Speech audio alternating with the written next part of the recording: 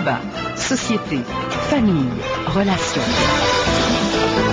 Le Doc Mayou. Voici votre animatrice, Janine Ross, et le psychiatre, Pierre Mayou. Bon début de semaine à tous, excusez. Bonjour Pierre. Madame Ross. Bonjour, bonjour. Bonjour à nos auditeurs aussi de l'Outaouais, Montréal, Sherbrooke, Trois-Rivières, Québec, Chicoutimi, Saguenay. Bonjour à tous. Madame Janine. Une belle chose s'est produite. Nous vous écoutons. Un véritable défilé de poussettes de toutes sortes a paradé tout le week-end à la place Bonaventure pour le 13e salon de la maternité-paternité-enfant. 50 000 personnes. Qu'est-ce que ça vous dit? Ben, il y a un intérêt pour la question, hein? Janine, ça me dit ce que ça m'a toujours dit. Il est urgent, impérieux, de développer des mesures favorables à la reproduction des meilleurs éléments de la jeunesse. En tout cas, je vais vous dire... C'est simplement ça que ça me dit. Oui. On n'a pas besoin de faire venir des individus là d'un peu partout dans le monde pour peupler le Québec. Il y a une volonté, il y a un intérêt, il y a un désir, il y a du bon monde, il y a des bons parents. On a simplement à être favorable, à avoir des politiques favorables, entre autres sur le plan fiscal. OK? Parce que avoir plusieurs enfants au Québec, ça demeure un exercice d'appauvrissement, et ça, je le prends pas, je le prendrai jamais. Bah. Alors voilà. Et, qui plus est, c'est d'autant plus important qu'en parallèle, dans le même journal ce matin, on retrouve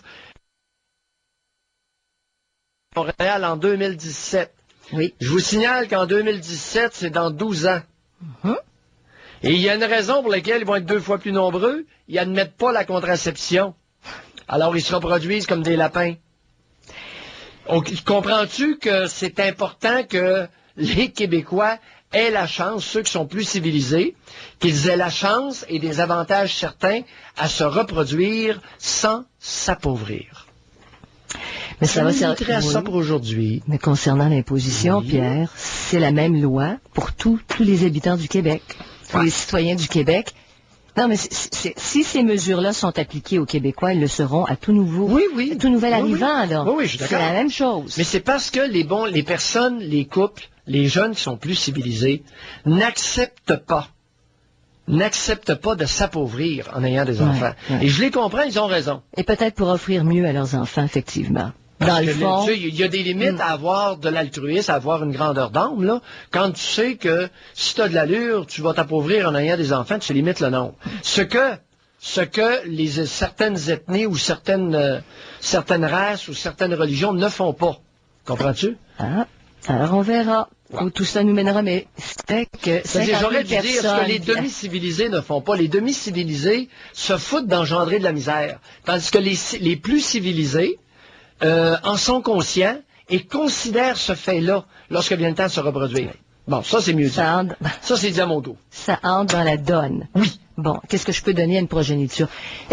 Pierre, si on regarde chacun nos vies, tu te dis, il y a de grandes difficultés qu'on traverse dans la vie. C'est pas toujours un grand party, là. Et si tu mets des enfants au monde, c'est dans un monde de difficultés que tu les...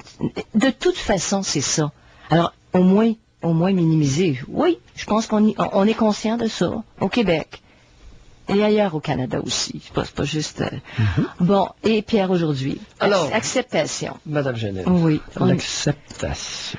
Un courriel qui illustre bien des courriels que nous recevons régulièrement. C'est une femme de 36 ans. Elle dit, je suis une personne très inconfortable concernant la sexualité et très complexée par mes petits seins.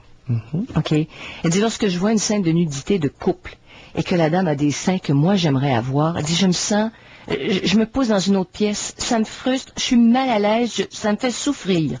Elle dit, avant que cela affecte ma relation avec mon partenaire, parce que quelquefois je me fâche contre lui, parce que elle dit qu'elle imagine qu'il aimerait peut-être qu'elle ait des seins, comme il vient voir à la télé, ça la fout en rogne. Elle dit, je suis même pas capable de regarder un film où il y a une super belle femme, dans une scène de nudité. Elle dit, je me sens très malheureuse, de la peine. Je sais que mon partenaire m'aime, mais j'ai toujours cette crainte qu'il décide de partir avec une autre qui aurait de plus gros seins. OK? Donc, elle fait de la... Comment t'appelles ça, Pierre? C'est de la projection. Oui, Qu'il n'a pas. Elle projette, mais elle déplace. Oui. Tu as dit, j'aimerais me libérer de cette situation-là. OK? Il y a ça, puis il y a un autre aspect, son conjoint lui a proposé à quelques reprises, parce que en tout cas, lui parle d'un fantasme à 3. Tu as dit, ça vient encore, c'est pire. C'est pire. Elle dit, je suis vraiment pas certaine que je pourrais continuer une relation avec un partenaire que j'ai vu avoir une relation, une pénétration avec une autre femme, même si je suis là. Bon, alors il y a les deux facteurs. Lui parle de ses fantasmes. Elle, depuis qu'elle a 14-15 ans, puis ça, elle le mentionne, elle est mal à l'aise avec la sexualité, elle a de petits seins, elle se reconnaît nulle part. Alors, Pierre, on se pose la question aujourd'hui, l'acceptation.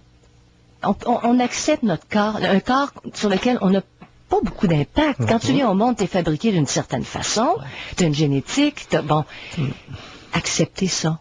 Même quand tu n'es pas selon les standards. C'est l'ABC. Mais c'est pas facile.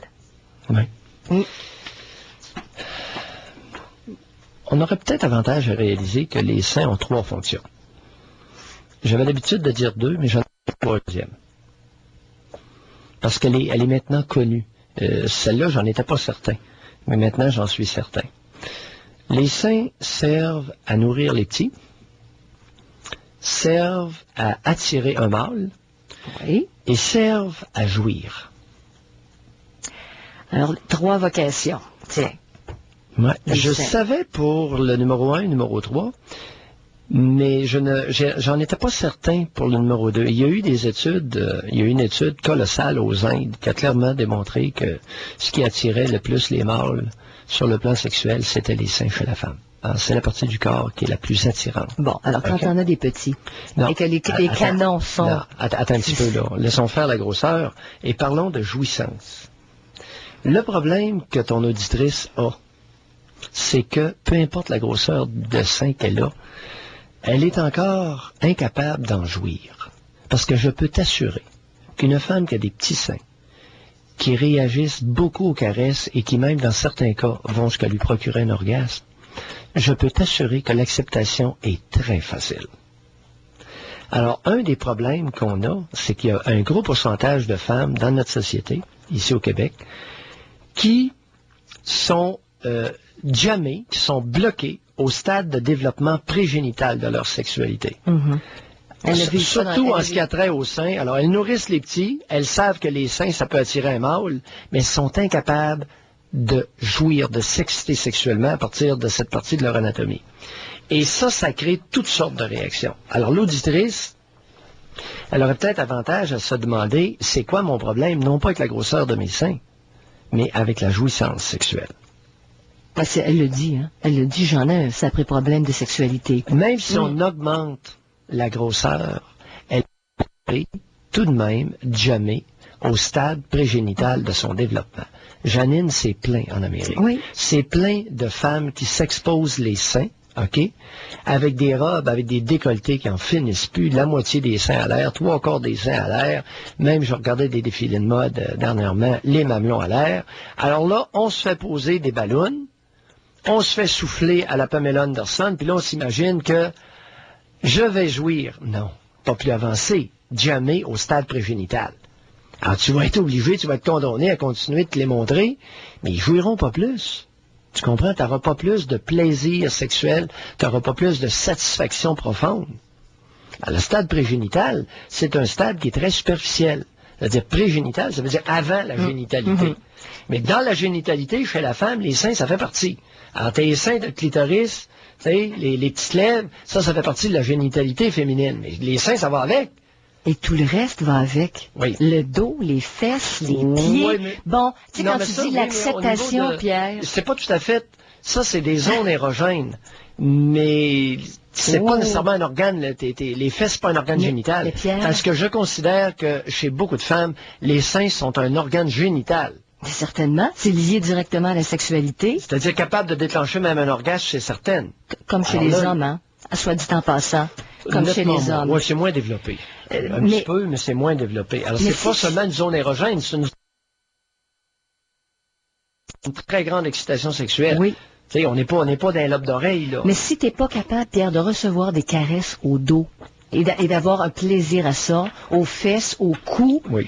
Ça va même pas ouvrir sur le reste, Ben même oui. pas sur les seins, Alors, même pas sur la réaction, c'est ça. les organes génitaux. C'est pour ça que ça va loin Je de regardais- l'acceptation de ce que tu oui. es Et et des c'est- réactions de ton corps. Mhm. Et c'est pour ça que, régulièrement, je parle des boules. OK? Ouais. Je parle pas des seins, je parle des boules. C'est pas très noble non plus, là, Pierre. Non, non, non, je parle des boules Oui. sciemment. Oui. Boules ou ballons, là, mais j'aime mieux les boules. OK? Parce qu'il y a une différence entre un sein et une boule. Et en Amérique, aux États-Unis particulièrement, il y a un maudit paquet de femmes qui n'ont plus de seins, elles ont des boules. Et tu vois ça dans les films porno américains, ça n'est gênant. Samedi soir, j'ai eu l'occasion de pitonner avant de m'endormir, puis voir la fin d'un film à Bleu Nuit, à TQS. C'est un film français. Et l'actrice avait des seins. Elle n'avait pas des boules. Tu comprends? Oui. Ça n'avait pas été soufflé à l'hélium, cette histoire-là. Ce que j'ai remarqué dans les films porno américains, pour venir à mon stade de la prégénitalité, c'est que dans à peu près tous les films porno que j'ai vus qui viennent des États, OK, la plupart des femmes, ils ont des boules. Ils se sont fait souffler les seins. Il n'y a pas un homme qui s'amuse à les caresser. Les seules caresses de seins qu'on voit dans les films porno américains, c'est deux femmes ensemble. Parce Mais à que- part ça, Parce que ça fait partie des artifices, comme un vêtement. C'est pas, c'est comme si c'était rapporté. Ce que vous me c'est dites. frappant. Alors, c'est frappant le manque d'attrait des partenaires masculins envers les boules américaines.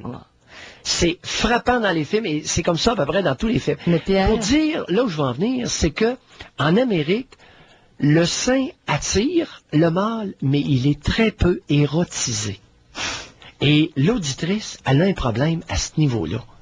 Elle n'a pas un problème de grosseur de sein, elle a un problème d'érotisation des seins et particulièrement des mamelons.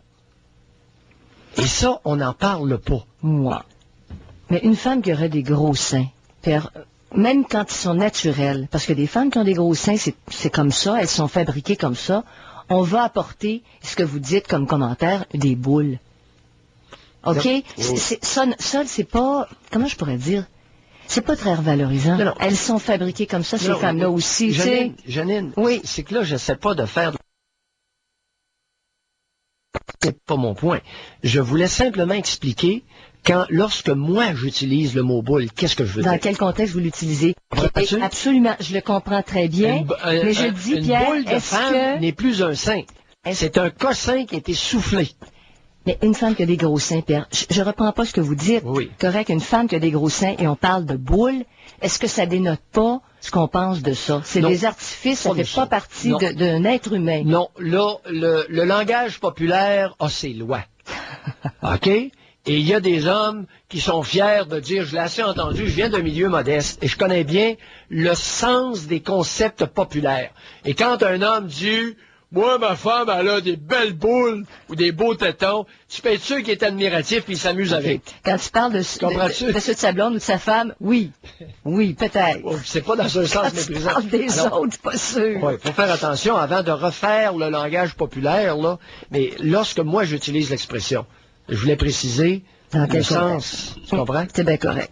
Alors, aujourd'hui, l'acceptation de ce qu'on est. C'est à partir d'un exemple où une femme accepte pas, elle est même pas capable de vivre sa sexualité parce qu'elle a de petits seins.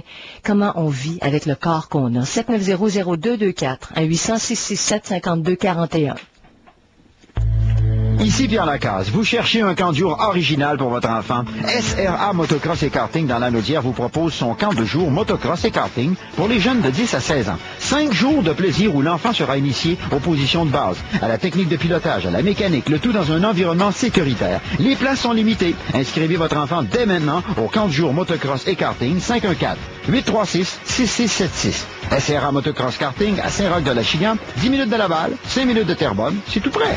Je suis aujourd'hui en compagnie du docteur Pierre Deslauriers, chiropraticien, naturopathe et homéopathe. Et aujourd'hui, docteur, on va parler d'une dame de 48 ans.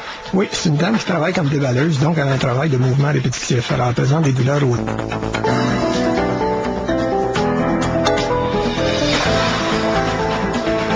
Accepter son corps, que c'est plus difficile pour les femmes que pour les hommes. On a rarement des commentaires sur le physique des hommes. Tu sais, un homme qui ne s'accepte pas, à moins de cas extrêmes, là, c'est beaucoup plus les femmes, puis les femmes qui vont s'en plaindre parfois, Pierre, aux yeux de plusieurs, n'ont pas de défauts. Elles sont de belles femmes, elles sont bien faites, elles se voient des défauts et elles focalisent là-dessus. Oui, pour se détourner ou détourner leur attention profonde d'un autre problème. Alors, la sexualité féminine est plus complexe et a des lois différentes que de la sexualité masculine. La sexualité masculine est beaucoup plus simple en termes lorsqu'on l'applique à une collectivité. Il y a beaucoup moins de différences individuelles. Il y en a qui diraient que les hommes s'enfargent moins dans les fleurs du tapis, avec leur corps et leurs petits défauts. C'est parce que leur sexualité, écoute, la génitalité masculine se limite beaucoup là, au pénis. Ça tourne autour de ça assez... tandis que pour la femme, c'est pas tout à fait comme ça que ça marche. Et on n'a jamais osé...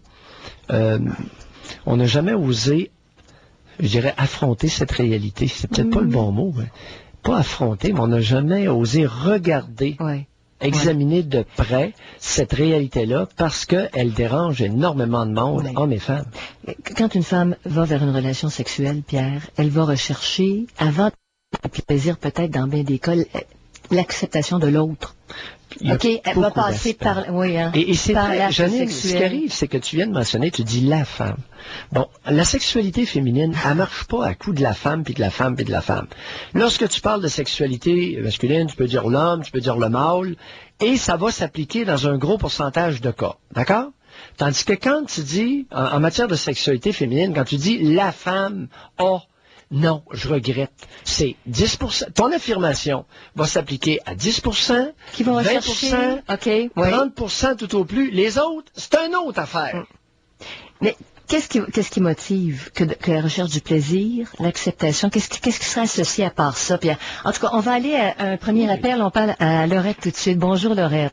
Bonjour. Bonjour, Laurette. Bonjour. Moi, comment je pourrais expliquer ça? Donc, oui, c'est vrai que c'est dur. Moi, j'ai de la difficulté à accepter mon corps. Depuis que j'ai pris plus conscience, là, depuis que je vous écoute, là, je prends beaucoup plus conscience, là. Moi, ce que j'aimerais... Attendez, c'est important ce que vous dites là.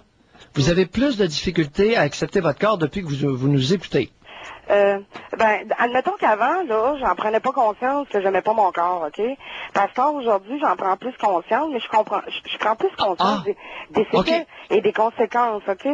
OK. Alors là, je vous comprends. Là, je vous comprends mieux. Je vais vous expliquer. Allez-y. Je vais vous expliquer quelque chose. J'ai réalisé il y a une couple d'années, je me disais, comment ça que je suis pas capable de porter des gilets soit serrés ou de porter des brassières. Puis là, à un moment donné, j'ai eu un flash que, à chaque fois que j'avais une brassière, j'avais toujours les deux mains des abuseurs sur moi. Je sais pas si vous comprenez ce que je veux dire. Quand on m'abusait sexuellement, quand j'étais petite, on me mettait les deux mains ses seins aussi. Fait qu'à chaque fois que je suis pas capable, Dr. Mayou.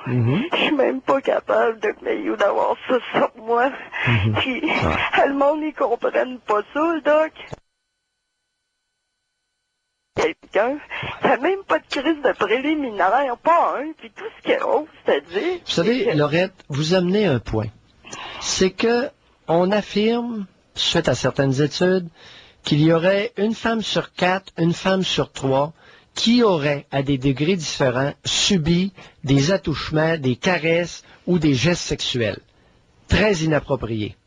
C'est sûr que c'est un gros morceau qui explique comment se fait-il qu'il y a tant de femmes qui ont de la difficulté à érotiser leur sein ou leur corps en général. Et vous en êtes un très bel exemple. Docteur Mayou... Peu importe la grosseur des seins que je vous donne, le problème, il n'est pas là. Vous l'avez conscientisé, mais vous auriez pu traîner pendant des années dans les cabinets de chirurgiens plastiques, puis comme Pamela Anderson, vous faire souffler, dessouffler, pensant que ça réglerait la souffrance profonde qui vous habite. Allez-y. Docteur Mayou, c'est que c'est facile d'avoir des relations sexuelles avec un homme, puis au lieu de t'apprivoiser, parce que moi j'ai besoin d'être apprivoisé, j'ai pas besoin de me faire fourrer tout de suite en partant, tu sais. Oui. Fait que là, tout ce qu'il ose, c'est qu'il veut me fourrer, puis moi, je dis non, tu sais. Puis tout ce qu'on ose me dire, c'est coudonc, tabarnak, t'es-tu déjà fait violer, toi? Ou coudonc, tabarnak, t'es-tu lesbienne, toi? C'est ça qu'on me dit, Dr. Mayou. Faites bien de sensibiliser beaucoup d'hommes, parce que la plupart des hommes ne savent pas qu'il y a une femme sur 3, une femme sur 4, qui a été bousculée, maltraitée, malmenée sexuellement.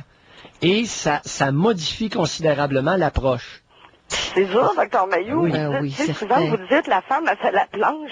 Mais quand on regarde ça, là, les non, je veux dire, dans le sens, tu sais, parce qu'il y a froid, des congélateurs, mais il y a de quoi être congélateur, Dr. Mayou, tu sais. On est abusé depuis qu'on est tout petit. Oui. Je gardais, puis je me faisais harceler par les pères de garder. Oui. Quand je gardais, je me faisais harceler. J'essayais de les tasser. C'est quoi que je faisais, Christy? C'est moi qui passais pour la putain des blocs, tabarnak, puis je faisais rien, là. Ouais. C'est quoi qu'on fait dans ce temps-là? Tu sais, alors, qu'est-ce que vous faites dans ce temps-là, Laurette? Vous faites comme beaucoup d'adolescentes à l'heure actuelle, vous devenez grosse. Alors, qu'est-ce que font beaucoup de petites filles à 10-11 ans, dès que les seins veulent apparaître? Ils prennent 30 livres. À ce moment-là, ils ont la paix. J'ai une petite chose à vous dire parce que je vous écoutais l'autre jour à la télé. J'ai travaillé, moi, avec les filles de 12-17 ans enceintes, OK, qui étaient mère-fille, OK? 12-17 à Québec. Oui. Puis, on n'en revenait pas de voir que les jeunes, là, c'était juste... Comment je pourrais vous expliquer ça? Donc, l'affection qui manquait de leurs parents, ils allaient la voir avec l'homme en pensant, en ayant un enfant, que ça irait mieux. Mais ça n'a aucun sens quand vous regardez ça. Vous avez raison de le dire. Quand tu regardes la mère, là, parce que son bébé, sa bouteille est en l'envers, là, ben, tabarnak, t'as vu ça virer à l'envers, il y a 10 mois, le bébé. Docteur Mayou, il y a plein de parents qui n'ont aucune sensibilité aux enfants. Docteur Mayou, j'en connais plein autour de moi, là. Vous avez tout à fait raison. C'est plein, Docteur Mayou. Il y a juste à vous que je peux arriver puis de pouvoir discuter d'idées, puis avec vos auditeurs, puis avec Janine. À bord de ça, je peux même pas jaser avec personne, parce que quand je dis que moi, la respiration de l'homme m'écoeure, là, parce que il me respirait dans mes oreilles, là, pendant 9 ans, quand j'étais petite, on me croyait même pas, on me dit, tu pensais, j'étais quoi? Vous avez tout à fait raison. C'est très actuel pour vous. Ce sont tous des conséquences. Ouais. Il y en a des conséquences, Docteur Mayou. Et souvent, vous en êtes beaucoup plus consciente, mais il y a beaucoup de femmes qui ne font pas le lien entre leur incapacité actuelle de progresser sexuellement et leur recherche de modification de leur corps. On me dit, oublie, c'est du passé, ça c'est pas grave, puis non, c'est grave. Docteur Mayou, je suis obligée de rester chez nous pour pas me faire dire des niaiseries, oui. Ça se peut-tu? Oui, et vous avez sorti un beau mot cet après-midi. Devinez lequel? Un très beau mot. T'es obligé de sortir chez nous? Vous avez dit non. Oui. Au lieu de m'apprivoiser. Ce mot-là est à retenir. C'est vrai. Et il y a beaucoup, pour des raisons X, pour ce dont on vient de parler et d'autres raisons, dans l'intimité sexuelle avec une femme, il y a beaucoup d'apprivoisement. Docteur Mayou, 30 secondes. 30 secondes. Je suis allée avec un chat il y a 2 ans chez le vétérinaire, il était correct. Quand il est venu, il était traumatisé. OK? Ça m'a pris du temps avant de l'apprivoiser. J'ai fait comme vous disiez. Prends-les. Je le prenais 30 secondes. Il commence à venir à moi, là, parce qu'il était traumatisé. Je sais pas qu'est-ce qu'il y a eu, c'est quoi, c'est le mot magique, apprivoiser. C'est ce que je fais. Je le prends, là, 30 secondes, je le laisse pas plus sur moi, puis c'est comme ça. Si vous saviez comment il vient à moi, là, ben, c'est les enfants, j'essaie. C'est la même affaire. Faut apprivoiser l'enfant, faut pas dire. Oui. Il y a plein de parents, mais... Au lieu d'établir un rapport dominateur, ce qui est très fréquent dans notre tribu, on établit un rapport, un lien, et à partir de l'apprivoisement, on essaie d'apprivoiser l'autre. Docteur Mayou, j'ai vu aussi par d'autres femmes que je connais qui ont été abusées sexuellement que la pénétration, là, même moi, je suis même pas capable de la pénétration, mais c'est parce que c'est par rapport à l'abus sexuel, là, je pensais que j'étais comme toute seule là-dedans, tu sais, tu te dis, coudonc, j'étais toute seule là-dedans, mais non, je sais qu'il y avait d'autres femmes, Docteur Mayou, là, qui disaient la même chose, là, avec moi non plus, je suis pas capable de la pénétration, là, ne comprend pas ça non plus. Oui, beaucoup de monde, c'est pour ça qu'on en parle cet après-midi, et beaucoup de femmes vont se tourner vers des chirurgies plastiques, vont essayer de faire transformer leur corps, pensant que ces malaises profonds-là vont disparaître. Ils ne disparaissent pas. Bye, Lorette. Bye bye. Evirieux. Il est question aujourd'hui de l'acceptation de notre corps tel qu'il est, puis de se servir de ce corps-là pour, bon, entre autres dans la sexualité, aller chercher quelque chose qui est valorisant, qui est plaisant, qui est bon. Pierre, oui. Quand on a un conjoint qui n'apprécie pas à 100%, il y a ça aussi. C'est une femme qui a de la difficulté à accepter son corps et qui n'est pas avec un conjoint qui est délicat. Vous parlez tantôt de rapport de domination, qui n'est pas capable de ressentir cette fragilité-là. Janine, ça part pas bien. Janine. Oui. Chère Janine, pourrais-tu m'expliquer comment une femme peut se permettre de choisir pour ses relations intimes quelqu'un à qui elle ne plaît pas? Deuxième partie de la question, comment se fait-il qu'un homme pourrait choisir comme partenaire une femme dont le corps ou certaines parties importantes ne lui plaisent pas? Est-ce que quelqu'un peut m'expliquer ça? Difficile à comprendre, Pierre. C'est plein, Janine. Oui. Mais qu'est-ce que vous faites là? Vous n'êtes pas avec la bonne personne. Mais quand tu es en quête de revalorisation, Pierre, est-ce que ces critères-là passent en second? C'est fou. Un homme qui veut des boules soufflées prend une femme qui a des boules. Tu vas t'amuser avec, mon gars, puis on va être bien content, puis on te dérangera même pas. Alors, comment on l'explique, ce choix-là? Un homme qui aime une femme qui a des seins, il en prend une qui a des seins, il en prend pas une qui a des boules. Tout à fait. Tout à fait. Mais pourquoi ça se fait pas? Et pourquoi ces hommes-là vont diminuer leur conjointe? Parce que la conjointe ne correspond pas à l'idéal sexuel de comme cet tribu, homme-là. on est nono. Bon, d'accord. Il y a beaucoup, première partie de la réponse, avant de tomber dans l'inconscient, il y a beaucoup de niaiseuseries. Bon. Puis il y a beaucoup d'adultes qui sont même pas capables de se demander avant... elle me plaît-tu, ça me plaît pas, elle me plaît-tu assez, ça me plaît pas assez. Écoute, combien y a-t-il eu, quel est le pourcentage de mariages au Québec, je te parle de mariages devant l'Église, qui se sont faits où le partenaire masculin ne plaisait pas sexuellement à la mariée. Oui.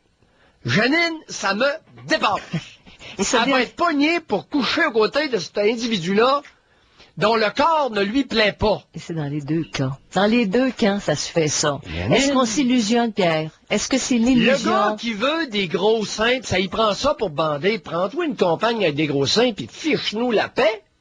Mais est-ce que cœur-nous pas avec ça? Et pourtant, aujourd'hui, c'est pas Il y en dur, a un avec des petits seins qui s'en va aux danseuses se faire promener des mamelles d'en face. Qu'est-ce que tu fais là, mon nono? Allô? Aurons-nous des réponses aujourd'hui? Allô? On parle à Monique. Bonjour, Monique. Bonjour à vous deux. Bonjour, Monique. Bonjour. Moi, je mesure 5 pieds et 4. J'ai des gros seins, 36F, là. Pardon, je connais pas ça, là. 36F, le bonnet. Là, oui, c'est gros comme quoi, ça? C'est gros comme des pamplemousses, au moins. Au moins. Pas en moitié, deux. Alors, un au complet. J'ai des beaux seins. Oui, j'avais 18 ans. Puis, je veux dire, j'avais comment je dirais, c'est que j'avais le hockey de ma mère. Je croyais avoir le hockey de ma mère pour, comme, en tout cas, que je devais plaire à un garçon en particulier parce qu'il se passait des choses, là, entre cousin-cousine. Puis, je réalise, à force de vous écouter des choses, là, je prends conscience de certaines choses. C'est que ma mère, dans le fond, elle m'a mis, pourquoi j'ai accepté ça? Pourquoi j'ai accepté? Parce que, dans le fond, lui s'est permis, mais moi... Monique, de quoi parlez-vous? C'est que, je veux dire, au début, la première fois qu'il m'a vu nu, ça a été justement, le bout de mes seins. Ben, ça a été le wash global. J'ai eu le courage de lui demander c'est quoi qui lui dérangeait. Il m'a dit que c'était le bout de mes seins. Ah, vos mamelons? Oui, le bout de mes seins. Le bout des mamelons ou le bout le bout des mamelons. Les mamelons? Le mamelon, le bout, là, du sein. Alors, OK. Les mamelons ne lui plaisaient pas? Non. Ben, enfin, à ce temps-là, le gars, il a juste à remonter ses culottes et à s'en aller. Écoute, on n'a pas de problème avec ça. Soyez en graine, vous allez en trouver un que vos mamelons lui plaisent. Mais il faut qu'il ait le courage de demander c'est quoi, là, parce que c'était le wash, comme si c'était le wash pour toute ma personne, là. Tu sais, je veux dire, ça prend du courage de demander. Non, regardez, Monique, je vais vous dire une chose. Oui. Je vais vous dire une chose. Oui. C'est un cousin, ça? Non, ça se trouve être dans la famille, mais là, ce que j'ai expliqué au début, sûrement j'étais pas claire, là, c'est que moi, je réalise dans le fond que j'ai accepté des choses croyant plaire à ma mère là, d'une certaine façon. Mais dans le fond, ma mère elle réglait des comptes avec moi là. Souvent vous dites là, tu sais la rivalité. Oui, mais qu'est-ce que ça vient faire avec les mamelons là? Ben c'est ça, c'est que cet homme-là, je veux dire, lui, la première chose, c'est l'atteinte à l'identité, moi, je pense. C'est, moi, je m'accepte, j'étais fière de moi, d'être objet de désir, d'être désirable, je me trouvais belle, et je crois aujourd'hui, avec le recul, ben, vous cherchez une réponse, là, mais moi, d'après moi, c'est ça, c'est que la difficulté dans son identité propre, puis, comme quelque part, dans ma propre identité. Oui. Quel âge avait le gars? Il y avait, dans le temps, là, oui. Lui, il avait, attendez un petit peu, il en avait, moi j'avais 18 ans, lui en avait 20. On avait 20. Bon, c'est un gars de votre âge? Oui, oui. Puis vous vous déshabillez devant lui, puis là, wesh, qu'est-ce que c'est ça? Ouais. Il a dit wesh, puis là, ben, je veux dire, bon, on s'est couchés ensemble, là, puis je veux dire, il m'a pas touché le lendemain, là, ce qu'il voulait, c'était que je le masturbe. Tu sais, mais bon, moi, alors, arrêtez là. Oui. Bon, c'est là où je voulais en venir. Oui. C'est que son commentaire sur vos mamelons, oui. OK, j'allais le chercher, là, parce que je l'aurais pas dit. Ne réfléchit qu'un problème beaucoup plus profond de sa sexualité. OK. Je suis pas sûr qu'il est avec une personne du bon sexe. OK. Ça va loin, hein? Je suis pas sûr qu'il était capable d'être un partenaire raisonnable avec une femme du sexe opposé. Le gars avait un problème majeur. OK. OK? Alors, le fait d'être rebuffé par les mamelons, probablement est allé le rejoindre dans son petit inconscient. OK. C'était possiblement quelqu'un qui déplaçait sur vos mamelons un problème énorme de maternage vécu possiblement avec sa mère. Là, j'ai même une hypothèse, mais vous comprenez un peu le genre de questionnement qu'on peut se faire. Oui. Autrement dit, à 20 ans, notre petit clin, il y avait un sacrement de problème.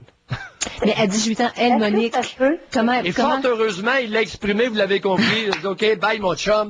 C'est une petite crossette le lendemain, puis je veux plus te revoir. Et ça a duré combien de temps, Monique, avec lui? Ben c'est ça, c'est que ça continue dans le sens que c'est comme tous mes problèmes, je réalise que l'inconscient nous joue beaucoup de tours. Ouais. Okay? Il fait jouer beaucoup de tours à l'autre. Mais Monique, vous avez quel âge, là? Moi, j'en ai 50. Oui, et ça a duré combien de temps avec le petit clin, là? Ça a duré, mon Dieu, longtemps. Oh! Moi, ça a duré longtemps, parce que quelque part, ce que je réalise que je voulais faire... Comment fut le rien qui a duré longtemps? Ben, je veux dire, je suis comme un peu même... J'ai comme mal à l'aise de dire le temps, là. Parce non, dites-les. Ben, ça a duré 20 ans. Ça a duré 20 ans. Alors, le rien a duré 20 ans. Oui. Tout ça parce que je voulais être reconnue, mais pas de lui d'une certaine façon, je réalise, c'est pour être acceptée de ma mère. Ouais. Ne pas avoir... C'est fort comment, je réalise aujourd'hui, c'est comme ça m'avait livré en pâture à ce gars-là, sachant très bien ses problèmes. Et il n'a pas, elle a daigné dire, ah ben écoute, là t'es pas obligé de te marier avec, mais dans le fond, écoute, je te mets pas en garde, t'as pas d'expérience, mais moi je m'enlève mon rival parce que, je veux dire, j'avais parlé chez nous. Je la case. Je la case. Je case Monique. Mais en même temps, je la mets dans le trouble, là. Elle savait que... C'est tout l'inconscient. Cet homme-là était une espèce de va-nu-pied sexuel. Oui, parce qu'il était avec, lui, quand il en avait 18 ans, je pense qu'il était avec sa petite cousine de 12 ans, là. Il tripotait sa petite cousine. Oui, puis c'est ça. Puis là, ben, entre sœurs, là, il était pédophile. Oui, ben, c'est pour ça le wesh face à vos mamelons de femmes adultes. OK. Ah, ouais. Avez-vous eu des enfants avec lui, Monique? Oui. Oui, plusieurs. 2 garçons. 2 garçons. Ouais. C'est de réaliser tout ça, c'est arrivé à saisir, dans le fond, la facilité que j'avais à me sentir coupable, la facilité à ce que moi j'accepte les remarques, à me remettre en question. Quand c'est Attendez, Monique, le gars, votre mère savait que cet homme-là avait tripoté une petite de 12 ans? Oui. Ça se trouvait être sa sœur n'avait parlé, puis je veux dire, elle acceptait pas ça, fait qu'elle voulait comme le... Mais Monique! Oui. Mais Monique, votre mère est une sainte mère. De quoi vous plaignez-vous? C'est une descendante de la Vierge Marie? Oui. Puis là, ben, je dis... Je trouve donc que les femmes au Québec ont des mauvaises langues envers leurs mères. Ben oui. Je pense que je vais monter aux barricades pour défendre les mères. Je commence à réaliser et je commence... Mais qu'on leur prête beaucoup de méchanceté. À accepter. Ces pauvres mères qui ont souffert, qui vous ont donné la vie. Ben oui. Bye, Monique. Merci de le dire. Oh, et votre mère n'était pas la seule de sa race, hein? Non. Oh, non. On réalise. On commence. Oui, à Hey, 50 c'est ans. bon, j'aime ça, Janine. Parce que Monique était, comme on dirait, équipée pour en séduire bien d'autres que lui. C'est N'est-ce pas? incroyable, hein? Ouais. Livrer sa fille à un pédo. Bonjour.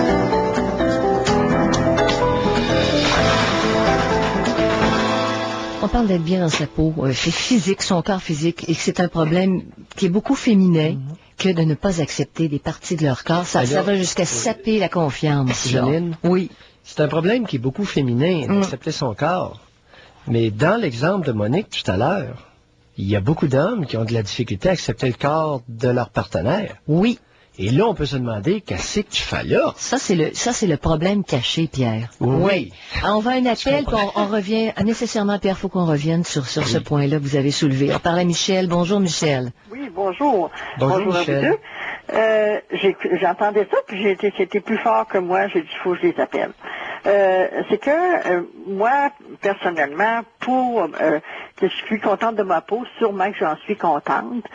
Par contre, il y a une vingtaine d'années, j'ai fait un cancer du sein. Et le conjoint, c'est certain que quand tu viens de te faire enlever un sein, pour une couple de mois, t'es pas fringante sexuellement, plus que ça. Par contre, il y a pas seulement que ça, les seins et le clitoris, dans mon cas, là. Mon conjoint, c'est certain qu'il y a eu, c'était pour lui une épreuve, c'est certain. Mais par contre, je n'étais pas morose, comprenez-vous, c'est certain que j'ai eu peur, mais quand la peur de mourir a été passée, bien, on pense à autre chose, si vous voulez. Et pour moi, c'était important d'être bien mise, pour être bien mise, on n'a pas besoin d'être riche, là, si vous voulez. Mais pas me ramasser toujours en pantoufles de Fentex à la journée longue, puis des running shoes, puis mal attrité, si vous voulez. Je vous dis pas d'être habillée en princesse, là, c'est pas ça que je vous dis. Mais pour moi, c'était important, puis c'était pour aussi ma façon de me présenter. Oui, Michel. Et mon caractère aussi. Vous référez à un élément qu'on appelle la délicatesse dans l'intimité. Comment se fait-il que dans notre culture, on s'entretienne si peu de cet élément absolument primordial? Vous soulevez un point, une attitude qu'on appelle la délicatesse. De te présenter le matin bien mis, puis des affaires comme ça, Pierre? Peu importe. Oui. La délicatesse, ça, c'est pas un standard social. C'est un élément qui va varier énormément d'une cabane à l'autre. Parce que vous savez, c'est beau, c'est certain qu'on parle de sexe, on parle, bon, tout ça, c'est important dans la vie de bien des gens, mais c'est important aussi de par notre attitude. Parce que si vous êtes morose toute la journée, là, puis que vous avez un caractère à centre l'âme, puis je viens d'avoir un cancer du sein, c'est effrayant, ben là, franchement, c'est difficile. Alors, on appelle ça des attitudes qui éloignent les autres. C'est ça. Fait que même là, vous n'avez même pas besoin, si vous voulez, là, de cancer du sein, parce qu'il y en a des gens qui n'ont même pas ça, ils sont en parfaite santé, mais ils se cherchent des bobos. Mais revenez plus, parce que vous avez amené un point qui a à peu près jamais été amené en ondes, et c'est la délicatesse dans l'intimité. Et chaque couple, chaque partenaire va être sensible à certains éléments. Vous mentionnez les pantoufles de Fentex. Pour certains, ça peut ne pas poser un problème, mais pas du tout. Et pour d'autres, ça peut être un élément qui manque de délicatesse. C'est très variable d'un couple à l'autre. Ce qui est interprété. Et quand je dis un couple, là, c'est pas nécessairement marié, peu importe, là. Là, vous avez une paire de partenaires, là, la délicatesse va entrer. Et tout à l'heure, dans le cas de Monique, l'épais de 20 ans, quand il voyait un mamelon, il dit « Wesh! Qu'est-ce que c'est ça? » Tu sais, ça, c'est un manque de délicatesse qui ne se fait pas. Mais Pierre, c'était au moins franc. Si c'était fini, mais vous dites non. Franchise mon œil, c'est un maudit épais. C'est pas délicat. Mais si elle avait pas continué avec lui, comprenez-vous, ça aurait été une indication qui était pas délicat. Quand tu dis, c'est même pas tes pantoufles qu'on pointe. Oui. OK, c'est ton corps. Non, mais c'était un phénomène de déplacement, là. Et il y en a... Dans notre culture, on est rendu si peu loin que là, on va commencer à s'apercevoir de l'impact positif de la délicatesse dans l'intimité conjugale. Pierre, est-ce qu'on continue avec Michel? Oui. OK, parce qu'on n'avait pas beaucoup de temps. Michel, si vous avez le temps, on revient avec vous, là. Parfait. C'est beau.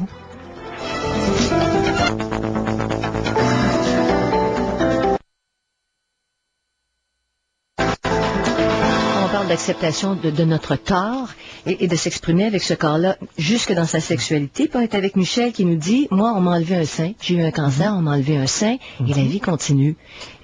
Alors, l'acceptation jusque-là, Pierre, c'est tout... Oui, mais attends un petit peu, elle introduit un élément. Oui. Et il y a une délicatesse envers l'autre, même lorsqu'on est handicapé. Et je suis bien placé pour en parler. Oui. Il y a une délicatesse, et c'est ça que je retiens de votre conversation, Michel, et j'aime ça, entendre ça, parce que ce n'est pas un discours, ce n'est pas une rhétorique qui est fréquente dans notre tribu. Quand est-ce que quelqu'un va parler de la délicatesse envers l'autre dans l'intimité? J'ai jamais entendu parler de ça. Mais c'est vrai, parce que vous allez voir, moi j'ai vu même des gens maintenant qui sont à la retraite et qui se laissent aller, là. En tout cas, j'ai vu des belles figures de beaux hommes, de belles femmes se laisser aller, là, pareil comme parce qu'il était rendu à la retraite. Je vous parle pas des vieillards, là, 55 à 56 ans à peu près. Se laisser aller, se laisser... comment voulez-vous être... Oui, mais Michel, c'est bon du gâteau au chocolat. On en prend 2 portions. Ben, c'est ça. Mais se laisser aller, je vous parle aussi, même au point de vue apparence physique, là. Fait comment voulez-vous avoir le goût de vous coucher avec un homme qui sent la transpiration, ou même une femme, ou une femme qui a les cheveux tout délavés, puis bon, c'est tout ça, c'est tout l'ensemble. Encore là, ça varie beaucoup. Voyez-vous, c'est pour ça que la délicatesse, c'est intéressant d'en parler. Oui. Vous parliez de transpiration masculine tout à l'heure. Est-ce que vous saviez qu'il y a des femmes qui vont aimer cette odeur-là chez certains hommes? Ça m'a déjà été rapporté. Disons que c'est pas un standard, mais ça pourrait arriver, Pierre. Tout ça existe. Il y a des femmes qui détestent l'odeur de savon sur un homme. Ça m'a été rapporté. Oui, je comprends. Alors, la délicatesse, c'est de sentir, de pressentir chez l'autre, sans qu'on ait nécessairement à lui demander ou à l'articuler, de pressentir chez l'autre qu'est-ce qui plaît et déplaît. C'est ça la délicatesse. Sans avoir à dire « Qu'est-ce que t'aimerais? » Tu sais, on peut le pressentir. Quand vous parlez de fierté, dans le fond, Michel, hein, une certaine fierté de votre personne, puis tout ça, vous avez un sein en moins. Qu'est-ce que vous faites pour vous? C'est parce qu'il y a votre fierté à vous aussi par rapport au conjoint. Qu'est-ce que vous faites dans l'intimité pour que ce soit plus acceptable, je ne sais pas, pour les deux? Maintenant, il n'y a plus aucun, ça fait déjà 20 ans de ça, là. Au début, c'était de me cacher, mais maintenant, je cache plus rien. C'est tout simplement, il y a une façon bien à nous deux. Maintenant, on est là, puis bon, puis mon conjoint il accepte très bien. Si l'ambiance, comme je vous dis, est bonne avant, bien, c'est tout un préparatif. On se prépare du matin, si vous voulez, au soir. Il y a une façon que si notre attitude est bonne, puis qu'on a des pulsions, puis tout ça, maintenant je cache plus rien. Puis lui non plus, ça ne le dérange pas. Oui. Je peux pas dire non, ça ne le dérange pas. Peut-être qu'au début, il trouvait ça difficile, il aurait préféré, comme n'importe quel homme, que sa femme ait 2 seins comme moi. Mais maintenant, non. Si tout va bien, puis que c'est certain qu'on fera pas. On ne fera pas le sexe, si vous voulez, là, après une chicane, pas une chicane, mais une divergence d'opinion. Mais si tout va bien, moi, je trouve que la vie est tellement peu... faut pas la compliquer, la vie. En autant qu'on est capable de faire preuve de délicatesse. C'est ça, oui. Fait que, moi, je la complique pas, la vie. Parce que je me dis, après justement, qu'on a fait un cancer, ou même 2 dans mon cas. Vous avez mentionné un élément, Michel, vous avez dit, on a développé une à nous. Essayait d'amener. J'ai fait un commentaire, Janine a parlé, elle dit la femme aime que. Non, c'est pas comme ça que ça marche. Il y a autant d'approches, il y a presque autant d'approches sexuelles qu'il y a de femmes. Ça, peut-être qu'on va comprendre que l'approche d'une femme varie énormément d'une femme à l'autre. Savez-vous, Dr. Mayou, il y a une autre affaire. Moi, il y a une affaire. La psychologie, c'est bon, OK? D'accord? Mais on pense pas toujours côté psychologique avant de faire tel geste. Comprenez-vous? C'est certain qu'on y met la délicatesse, puis tout ça, mais on y met aussi nos sentiments. Les sentiments, c'est pas compliqué. Quand ils sont là, les sentiments, t'as pas besoin de forcer, t'as pas besoin de réfléchir à psychologie avant. C'est naturel. Ça s'en vient tout seul, si vous voulez. C'est pour moi, là, en tout cas. Les relations sont simples, naturellement, dans ce temps-là. C'est ça. C'est sûr que, Michel, les vieux danseurs se pilent, les vieux couples qui dansent ensemble se pilent rarement sur les pieds. N'est-ce pas? Ou devrait, Pierre. Non, les couples qui dansent depuis longtemps ensemble se pilent très rarement sur les pieds. Parce que moi, ça m'a toujours frappé, ça. Mais je suis chanceuse, par exemple. C'est vrai, j'ai un conjoint extraordinaire, puis je suis bien, je suis heureuse, tout ça, là. Fait que... Vous en train d'insinuer qu'il y a une couple d'hommes qui traînerait dans le paysage qui aurait de l'allure? Bien, certain, il y a le mien, en tout cas, il y a plein d'allure. Bye, Michel. C'est bon de le répéter. Parce qu'il y a tellement il y en a tellement qui sont sans allure. Ah, ben moi, j'ai pas de problème avec ça. Allez. Je suis chanceuse, là. Bye, Michel. Merci de votre appel, Michel. Bonjour. Son conjoint était délicat aussi, Pierre. Les premiers mois d'adaptation et tout, là. Tu remets pas à la face de l'autre un handicap. Tu laisses le temps, puis le temps fait son œuvre. Puis l'acceptation, c'est des deux côtés. La délicatesse aussi. Écoute, moi, j'en reviens pas. Dans une tribu qui se prétend civilisée, une espèce de maillet de 20 ans, en voyant des mamelons d'une femme, dit « Wesh, que c'est ça? Je n'en reviens pas. Comme tu vas critiquer... Ça prend un maudit mal éduqué, ça n'a pas d'allure. Pierre, est-ce que tu considères bien quand tu dis quelque chose comme ça, c'est parce que l'autre est un objet? Un point, c'est tout. L'autre, tu ne respectes pas l'humain qui est dans ce corps-là. Non. Un jeune dirait c'est un foqué. C'est un foqué solide, puis effectivement, il aurait raison. Pierre. C'est important d'en parler. Il y a des réactions de surprise qui ne sont pas des réactions de surprise, ce sont des réactions de personnes problématiques. Oui. Mais il faut écouter une émission comme la vôtre, puis comme ce qui se passe ici, pour être capable de décoder ça. Correct? Parce que le premier degré, la femme qui se fait passer un commentaire comme ça, elle le prend personnel. Non, c'est personnel. Rabrer tes petits, ou bien attends le lendemain matin, puis bonsoir, puis tu ne le revois plus, là. Écoute.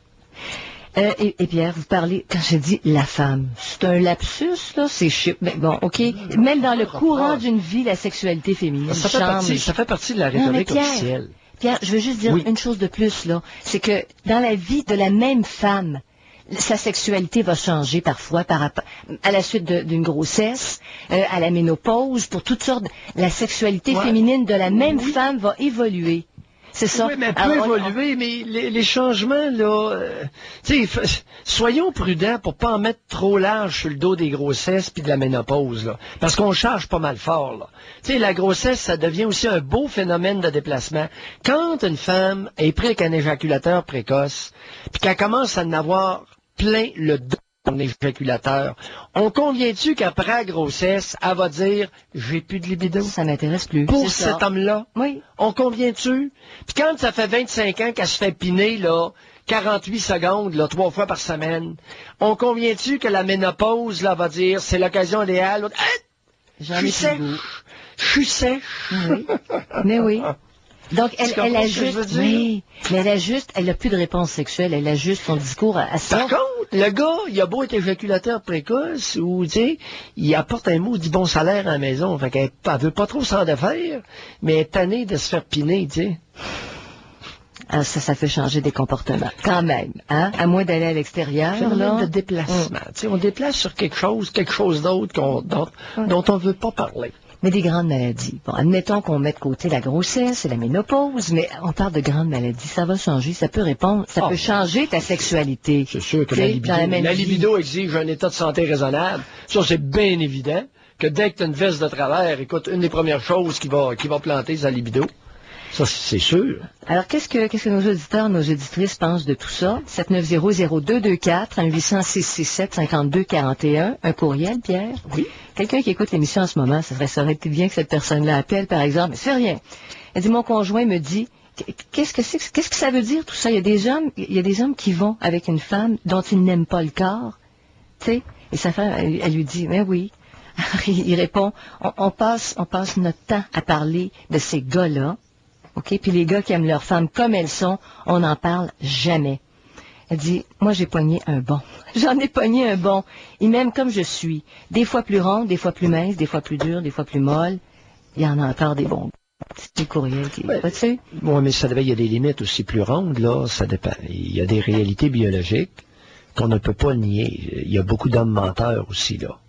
Ah, il y a des hommes qui mentent effrontément à leur femme. Oui, chérie, je t'aime autant que le premier jour.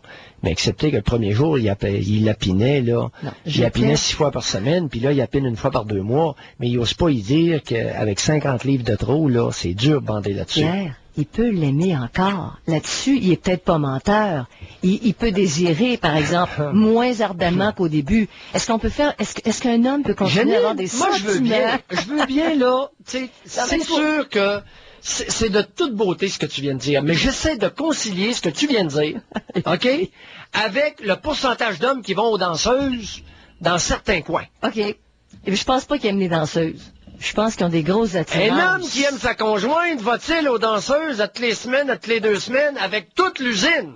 La question est 80% des employés de... Tu vas me dire que, oh, ça c'est des hommes qui aiment leur conjointe? Oh, oui. En tout cas, qui veulent pas la laisser parce qu'ils... Tu vas te faire brasser des mamelles de femmes que tu connais pas en pleine face, puis là tu rentres à la maison, puis oh, ma chérie, je t'aime comme au premier jour. Oh, ouais. Je reconnais. De concilier les deux, toi. Je reconnais que c'est difficile à saisir. Hein? Je reconnais que c'est difficile. Là, les danseuses, c'est plus un phénomène marginal, là. Moi, quand on me raconte, puis des professionnels, des ingénieurs, des professionnels qui vont aux danseuses. La question que plusieurs posent, pourquoi ils vivent avec quelqu'un? S'ils ont le goût de vivre des attirances. La danseuse ne nettoie pas les shorts. Ben alors, c'est pas de l'amour. OK, là-dessus, on se rejoint. Au bout du raisonnement, on se rejoint. C'est pas de l'amour, c'est de l'accompagnement utilitaire avec quelqu'un sous le même toit. Merci. C'est une forme de colocation. Oui. Où, bon, alors, c'est tout ça. Vous avez raison. Appelons les chats par leur nom. Alors, on parle aujourd'hui, hey, on est rendu loin, là. On se dit qu'il y a beaucoup de femmes qui ont de la misère à accepter leur corps. Est-ce que leur conjoint les aide à accepter leur corps? Dans certains cas, Pierre, on peut dire que oui. On va y revenir. Il y a des hommes qui vont accepter la femme avec qui ils vivent comme elle est. On va y revenir sur l'impact d'aller aux danseuses, sur la perception corporelle d'une femme. Alors, on va aux nouvelles, puis j'espère qu'on va avoir beaucoup d'appels d'hommes et de femmes. Tu sais, dans l'acceptation du corps féminin, est-ce qu'on passe les bons messages? Vous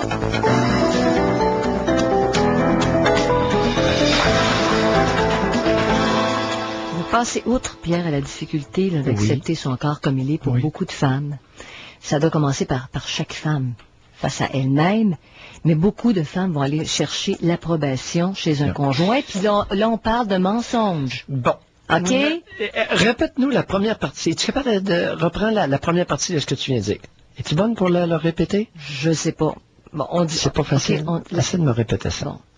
L'acceptation des femmes, l'acceptation de leur corps, ça devrait passer par... Toi, tu t'autorises à vivre une relation qui a de l'allure avec ton propre corps, admettons, là. OK? Ça part de toi. Mais c'est pas ça dans les faits qui se produit. Qu'est-ce que tu veux dire par là? Mais c'est pas ça, c'est qu'on essaie de valider. T'as des petits seins, t'es belle pareille, mais tu vas faire valider. Il faut que ce soit de l'extérieur qui valide. Bon, est-ce que ça se fait chez toi quand t'es enfant? Oui, probablement. L'acceptation part de toi, dis-tu, et là... De vrai, dans un monde idéal. Je crains que ce soit en partie vrai. Possible? Que ce ne soit qu'en partie vrai. L'être humain est un animal sociable. C'est un animal qui a besoin de l'autre.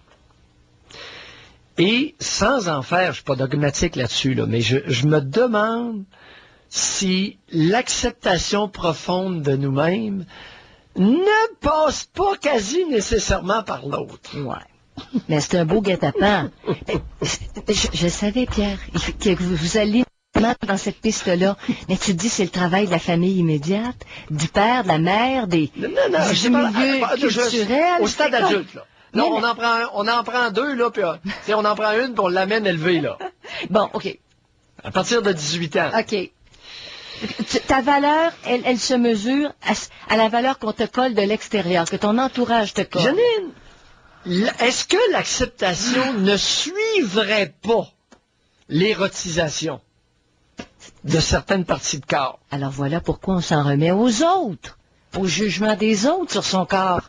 Alors, l'érotisation, y compris les mamelons et les seins, il n'y a pas beaucoup de façons. C'est soit par les caresses personnelles, la masturbation, ou bien avec l'autre, s'il est caressant, s'il fait pas juste nous piner pendant 30 secondes. Oui. Oui. Tu sais, la moyenne... le temps moyen provincial de pénétration, c'est 2 minutes et demie. 2 minutes et demie, là, c'est que, tu sais... Ce qui dénote pas un grand partage de plaisir mutuel, là, Pierre. Je vais avoir beaucoup de difficultés à concevoir l'érotisation des parties du corps en 2 minutes et demie. T'as fait le tour, t'as passé vite, ça c'est le petit bec, puis tu sais, un peu une caresse, puis la bonne position, puis le 2 minutes et demie, il est fini, là. Et le message qui ressort de ça, Pierre, c'est quoi? C'est que ton partenaire, tu ne l'intéresses pas. Écoute, qu'est-ce que tu veux? Le temps moyen de la relation, de la pénétration du GDK, c'est pas moi qui l'ai inventé, là. On nous a dit, écoute, si c'est vrai, on a un maudit problème collectif. Ben, le message... Tu sais, je veux bien qu'on discute d'acceptation, mais quand tu te fais piner en 2 minutes et demie, là, tu sais, l'érotisation des seins, des fesses, du bas du dos, puis tout le kit, là, puis de la langue, puis des lèvres, puis des oreilles, puis... Oh boy! Donc, on manque de temps, là, ma Janine. Pas d'acceptation de l'autre. La femme est Comprends-tu pourquoi les chirurgiens plastiques, là, la ligne se fait devant leur bureau? Est-ce que ça pourrait rallonger les préliminaires sexuels, Pierre? Dans certains cas, peut-être? Comment tu veux accepter quelque chose qui te fait pas plaisir, ou qui te fait rarement plaisir? Ton corps. C'est d'autant plus difficile. Mais si tu as une partie de ton corps qui te procure énormément de plaisir, on convient-tu qu'avant d'aller le modifier, tu vas y penser 2 fois? Oui. Non? Oui, sûrement. C'est quoi cette affaire-là de partir d'un critère de revue au lieu de partir du plaisir personnel? Pas sûr qu'on part du bon point, là. Mais là, qu'est-ce que vous faites de la validation des autres? Oui, mais on nous dit, oui, mais si t'as des mamelles de telle grosseur, tu vas pogner plus. Mais oui, mais si tu pognes plus, tu te fais piner en 2 minutes et demie. T'es pas plus avancé. Pas sûr que... Tu comprends? T'as pas plus de prix. Et tu peux pas accepter davantage son corps. C'est pour ça que Pamela, elle se fait souffler puis dessouffler les mamelles, elle. Puis là, elle essaye, elle taponne avec ça, puis souffle de souffle, puis, tu sais, elle essaie, la pauvre. Je pense qu'elle essaie pas à bonne place. Alors, on va voir ce qu'en pense José. Bonjour, José. Bonjour à vous deux. Bonjour, José. Écoutez, moi, j'ai 41 ans.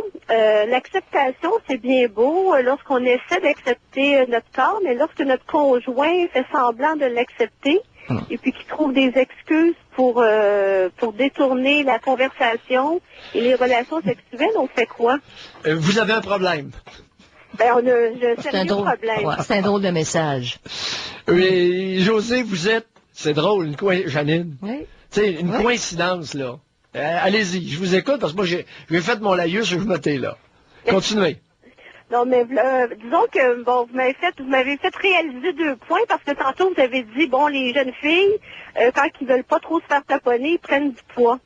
Donc, je peux pas dire que je viens d'une famille où je me suis fait taponner, mais je pense qu'à quelque part, vous m'avez fait réaliser que c'est peut-être pour ça qu'à l'âge de 10-11 ans, j'ai commencé à avoir peut-être un petit livre au-dessus de la moyenne des petites filles qui m'entouraient, et que je me cachais derrière ça sans m'en rendre compte. On dirait qu'aujourd'hui, ça vient de m'apparaître comme normal. Et par la suite, ben, j'ai toujours eu un petit surplus de poids, ce qui m'a pas empêché d'avoir des copains, d'avoir des chums, puis d'avoir des belles relations. Par contre, j'ai comme joué au yo-yo. Par la suite, il y a 2 ans, j'ai fait un peu haute pression, antidépresseur, et là, pouf, 40 livres de plus qui s'est greffé à moi. Et je vous dirais que j'étais comme assez déçue parce que ça faisait quand même 11 ans, j'étais toute seule avec mes 2 enfants, monoparentale, et à mon divorce, j'avais perdu 110 livres de mon gros poids. cette grosse masse-là. Donc, j'avais retrouvé un corps de jeune femme et j'avais pris la décision... Non, pourquoi José associer un beau corps à une jeune femme? C'est pas vrai, ça. Ben, quand on Vous aviez un corps de femme attrayant. Pourquoi ne pas dire les choses comme elles sont, José? Ben, c'est moins attrayant. Tu sais, une jeune femme, il y a en masse. Écoutez, une jeune femme sur 4 est grosse. Mais Pierre, elle a dit qu'elle a retrouvé son corps de jeune femme comme elle était quand elle était jeune femme. Elle fait référence à elle, si je comprends bien. Oui, parce que je peux... Ben, j'avais compris un corps de... Non, ben, mon corps à moi, son corps de jeune femme. Que je me sentais pas étouffée dans cette masse de graisse-là. OK, excusez, j'ai du mal à comprendre, OK. Non, mais à quelque part, c'est sûr que, écoutez, je suis un surplus de poids maintenant que j'arrive pas à perdre. Je me trouve pas laide pour ça, puis au contraire, je trouve qu'il y a beaucoup de belles, grosses femmes qui ont beaucoup de charisme et qui sont très jolies. Par contre, si nous, on s'accepte, qu'est-ce qu'on fait avec notre conjoint qui nous dit « Non, chérie, je t'aime quand même, t'es l'amour de ma vie », il me dit à chaque jour qu'il m'aime, il m'embrasse, il me fait il va me prendre dans ses bras. Par contre, quand vient le temps de faire l'amour, il va me dire « Ben, pas ce soir, je suis fatiguée, je me lève tôt », ou il y a eu beaucoup de changements dans nos vies. On vient de commencer à habiter ensemble en juillet dernier. Quel âge a-t-il? Il y a 41 ans. Et vous pesez combien, là? Là, je pèse 240 livres. Bon. Écoutez, José, oui. Il y a une réalité, là. Il y a une réalité nationale au Canada. Et 92% des hommes au Canada ne sont pas vers les grosses. Mais qu'est-ce que... Pierre, c'est alors, je ne connais pas, il y a 8% qui sont attirés sexuellement vers des grosses. Alors, ça, c'est une réalité biologique ou culturelle dans notre pays. Ça vient pas de moi. Arrêtez de m'écrire des courriels de bêtises là-dessus, là. Ça vient de Statistique Canada. Ils ont fait une étude auprès des hommes canadiens, puis c'est ça la réalité. Alors, est-ce que votre mari est attiré, puis pour des raisons X, il y a de la difficulté, ou bien si carrément il vous ment parce que biologiquement... Mais oui, le jeu, Pierre, ils viennent de commencer ensemble, ça fait depuis le mois de juillet. Ben oui, puis je veux dire, il y a 2 ans, c'est là que j'ai pris le poids, que j'ai été malade. Ben oui, mais José, il a le droit d'être menteur et vouloir faire laver ses shorts. Qu'est-ce que vous voulez? Ben oui, mais ça veut dire qu'il n'y aurait pas de couilles, puis qu'il me mentirait à tour de bras, puis en plein début de relation après 9 ans. Oui, c'est une hypothèse. On ne devient pas menteur après 20 ans de vie commune, on est menteur le premier jour, voyons. Parce que ça fait un menteur, c'est un menteur à partir de la même journée. Le tempérament ne change pas. Ça fait 9 ans que vous sortez avec cet homme-là? Ça fait 9 ans. Et puis, on a toujours habité chacun de notre côté. Moi, j'avais mes 2 enfants à m'occuper. Je m'occupe toujours. Et bon, il partait, il revenait. Il avait probablement peur de l'engagement. Et finalement, c'est lui qui m'a proposé de cohabiter. On vient d'aménager ensemble. Tout va bien. Il n'avait pas peur de l'engagement. Ça ne tentait pas avec vous. C'est pas pareil. Ben pourquoi qu'il... Alors, écoutez, allez vivre avec une femme qu'on va copuler une fois par 2 mois. Il avait peur de lui-même, peut-être. Non, il n'ose pas. Mais par contre, c'est attrayant. Avoir une femme, écoute, elle a beau être grosse, là, quand elle est fine, puis quand elle est belle, elle est fine, puis elle devient short, là, c'est tentant, ça.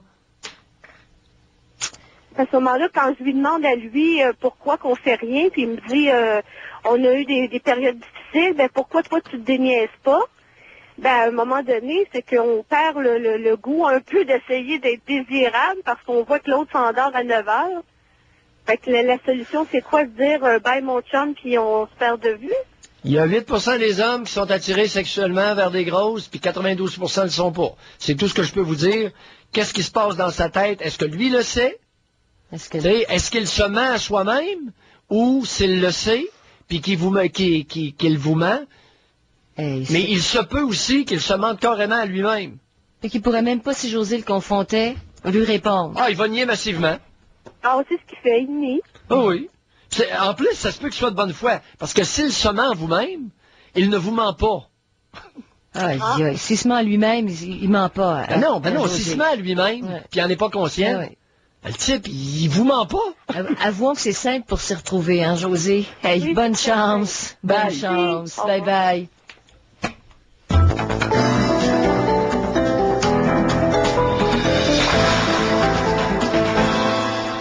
Alors, on parle de l'acceptation de son corps, bien être à l'aise avec son corps, puis quand arrive l'intimité, se sentir accepté. Pierre. Oui. Il y a tellement de simulations, de simulacres, d'excuses. Oh là là, dans l'intimité, comme ça ment. Ça n'a pas de bon sens. Je ne sais pas qu'est-ce qu'on va faire avec ça ou de ça. Mais ce qui ressort, Pierre, l'exemple que vous avez mentionné tantôt, beaucoup d'hommes vont fréquenter les danseuses, correct? Ils disent aimer leur conjointe. Qu'est-ce que ça veut dire? Est-ce que ça veut dire qu'il y a beaucoup d'hommes qui ont l'impression qu'ils rencontreront jamais une femme au physique qui les excite assez? Non. Non. Qu'est-ce que ça veut dire? Non, il y a beaucoup de mensonges. Pourquoi? Ils en souffrent, ces hommes-là aussi, sont obligés de se cacher pour aller dans les clubs de danseuses? Non, Janine, il n'y a pas un homme aux danseuses qui est en souffrance. Parce que tous les hommes en souffrance ne bandent pas. Alors? Il n'y a pas un homme en souffrance aux danseuses. Oublie ça, là, en partant, là. OK? Bon, alors ils vivent très bien avec le fait de ne pas avoir autant d'attirance pour leur conjointe. Ils veulent la garder à la maison pareil. La conjointe reçoit le regard du conjoint comme étant de la non-acceptation. Janine, en 2005, à se faire torcher, c'est encore une valeur masculine. Hey, on peut payer pour avoir quelqu'un qui va laver son linge. Non, mais il n'est pas bien lavé comme quand c'est une conjointe. À qui on fait croire qu'on l'aime. Oh! Hey, là, je vous avoue. Bon, on parle à Joanne. Bonjour, Joanne. Bonjour à vous deux. Bonjour, Joanne. Moi, j'ai 49 ans. Je suis une personne qui a toujours supporté les seins. J'ai toujours été une personne, comme vous disiez tantôt, qui se va se faire toucher ou quelque chose, puis à l'orgasme quasiment. Oui. Alors, des seins très excitables sur le plan sexuel. Oui. OK. C'est ça. Ensuite, à un moment donné, je dirais qu'il y a 3-4 ans, je me suis posé la question parce que je me sentais plus d'être là. Je me sentais plus des seins. Ça m'excitait plus du tout. Je me suis posé des questions, puis tantôt en écoutant, quand j'écoutais les autres, j'ai découvert pourquoi. Allez-y. J'ai subi quelques viols. Ensuite, j'ai déjà été abusée quand j'étais jeune, mais pas de pénétration, mais des attouchements. Par quel membre de la famille? Mon parrain. Parrain, mais ça, vous tripotez? Oui. Okay. Puis c'est arrivé aussi 2 fois des pères de mes amis de filles quand j'étais jeune. Ouais. Des tripotages. Il y en a une gang comme ça. Hein? Oui. Ils disent à la petite fille, amène les petites amies, puis je te dis que les petites amies, ils en prennent soin. Oui, puis puis avec des menaces, là. Tu sais, si tu parles à tes parents, tu vas te faire tuer. Puis quand t'es petite fille, t'as 12-13 ans, tu sais, tu viens constipé, tu sais plus qu'est-ce qui se passe là dans t'as tellement peur que... C'est impressionnant. Il n'y a pas beaucoup de mères qui sont éveillées à ce que vous venez de dire. Puis ça, là, vous avez 49 ans, là, mais c'est vous actuellement, là. Oui. Tu sais, les pères des petites amies, là, qui en profitent, puis sont accueillants. Ils ont les doigts longs. Exactement. Continuez. Ensuite, j'ai eu mon conjoint, le père de mes 2 enfants. J'ai été avec 25 ans. Quand j'ai accouché de ma fille, ça faisait 2 mois que j'étais dans mes 40 jours. Ensuite, lui, il était sorti un soir. Quand je me suis réveillée, il était avec un de ses copains en chambre, dans notre petite chambre. Ensuite, lui me tenait, puis il a laissé son copain me pénétrer. Ça, en tout cas, Ça, c'est ce qu'on appelle un viol. Calculez-vous que c'est comme ça que vous voyez ça? Oui. Mais au moment où c'est arrivé, là, je peux pas dire que j'avais le mot viol dans ma tête, là. Je l'ai pas vu comme ça. Est-ce que dans notre culture, un prêtre considérerait que c'est un viol? Oui. J'espère. Certainement. Parce que... Vous êtes bien certaine de ce que vous avancez là, vous deux? Ben là, Pierre. Ben oui, mais le conjoint est présent. Le conjoint force. autorise la relation sexuelle? Oui. C'est la violation d'un corps de femme. Elle n'était pas consentante, de toute façon. Non. Je pense que les interprétations sont... Je pense que ça se résume bien vite, là. Non? Moi, là, c'est le prêtre, là, s'il pense que c'est pas un viol, là, je pense qu'il y a un problème, là. Non, j'essaie de, par ma question, j'essaie de la culture de la tribu. OK. Ben là, Pierre, je sais pas. Dans notre culture, un homme, écoutez, il y a combien de femmes au Québec que le gars arrive, à moitié chaud avec son chum, pogne la bonne femme, ah ouais, fourre-la. Je l'ai bien dit. Hey, quel est le pourcentage de femmes qui ont subi ça au Québec? Si on faisait une étude, vous tomberiez sur le derrière toutes les deux? C'est possible. Hey, c'est pas pour une fois que j'entends parler de ça, là. Joanne l'a vécu. Joanne a vécu quelque chose de similaire. Hey, pas rare, ça, là. Là, ils vont essayer de faire boire la bonne femme un peu, puis quand la bonne femme commence à être chaude, il tiens un peu, mais ouais, donne-y un coup. Il a essayé, mais ça et la drogue, parce que je l'avais quitté pour ça. Je l'ai quitté pour ça. Fait que j'étais pas normale parce que je me droguais pas, puis mais je l'ai quitté. Ouais. Ah, les gars. Ah, les gars. J'ai jamais vu. Je vous dis qu'il y a un aspect culturel là-dedans, là. Puis c'est drôle, c'est toutes des choses que j'avais enfouies dans moi. Oui. Ouais, vous êtes une enfouisseuse professionnelle, vous? Vous n'enfouissez pas mal? Ah oui. Hein? Oui. J'ai travaillé beaucoup sur moi aussi. Boy! Vous êtes une moyenne enfouisseuse? Oui, je me l'ai fait dire. Oui. Mais savez-vous une chose? Oui. Si vous n'aviez pas été une bonne enfouisseuse, je suis pas sûr que vous seriez encore en vie. Ça a été sa survie. Et aujourd'hui, Joanne? Ouais. Ben, aujourd'hui, ça fait... Attendez, qu'est-ce que vous dites de ça? Vous avez raison. Expliquez. Parce que c'est dur de réveiller des choses comme ça. Puis, bon, on va parler des vraies choses, hein? Vous avez 50 ans. Oui. Que... Non, j'ai pas peur de dire les vraies choses. C'est ça, je le sens très bien. J'ai pas peur de dire les vraies choses non plus. Si vous n'aviez pas été une très bonne enfouisseuse, seriez-vous encore vivante? Non. Racontez. Parce que je trouve que pardon. Je trouve que c'est assez difficile. Si je me l'étais pas enfouie à l'intérieur de moi, souvent que j'ai pensé que j'aurais probablement pas passé à travers de ça. Et vous auriez fait quoi? J'ai pensé au suicide, mais je sais pas je peux pas dire si le moment venu j'aurais passé à l'acte, par exemple. Mais j'ai eu les idées, par exemple.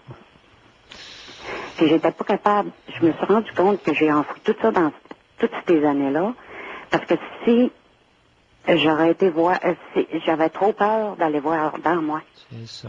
Alors, votre inconscient vous a protégé. Ah oui. L'inconscient peut avoir un effet protecteur aussi. C'est ce que la psychologue... Oui. Qu'est-ce que vous allez dire? C'est ce que la psychologue m'a dit. Ouais. Que c'était tellement fort que je l'avais enfoui. C'était ma façon de survie. Oui, tout à fait. Ça a bien du bon sens. Mais pourquoi à un moment donné, Pierre, elle commence à désenfouir, à sortir tout ça, puis là, elle se rend compte que son corps réagit plus pareil. En vieillissant, le mécanisme de défense n'est plus aussi essentiel à la survie. Et c'est là que l'inconscient, à l'occasion, va se permettre de monter à la surface. Parce que... Et ça l'a monté à la surface par une perte d'érotisation, une perte de sensation érotique au sein. Tu sais, l'inconscient, ça suit... L'inconscient humain m'a toujours fasciné. Vous en êtes un exemple, absolument.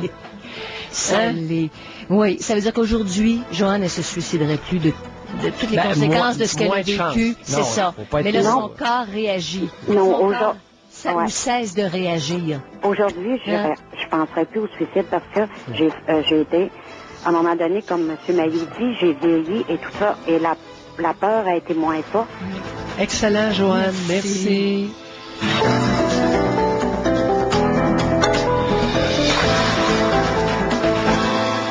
Concernant l'acceptation de notre corps, Pierre, on peut dire, est-ce qu'on pourrait dire, on accepte beaucoup plus facilement son corps quand il correspond aux critères de beauté du moment, parce qu'à certaines époques, les femmes rondes et à la peau très blanche, c'était ça qui était très excitant. Non, pas du tout.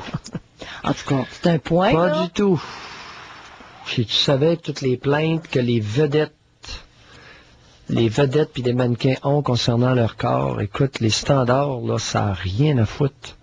Parce que ça... Ou si peu à foutre que ça n'est gênant. Alors, on va revenir sur un courriel tantôt. C'est notre petit bloc. Alors, on va tout de suite parler à Daniel pour revenir à Pierre. Daniel, bonjour. Oui, bonjour, Janine. Bonjour, Dr. Mailloux. Bonjour, Daniel. Moi, lorsque j'étais adolescente, J'avais 34B.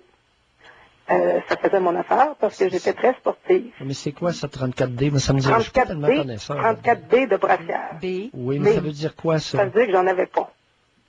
J'avais pas de sein. Vous aviez rien? Ben, j'avais pratiquement rien. Ça me dérangeait pas du tout.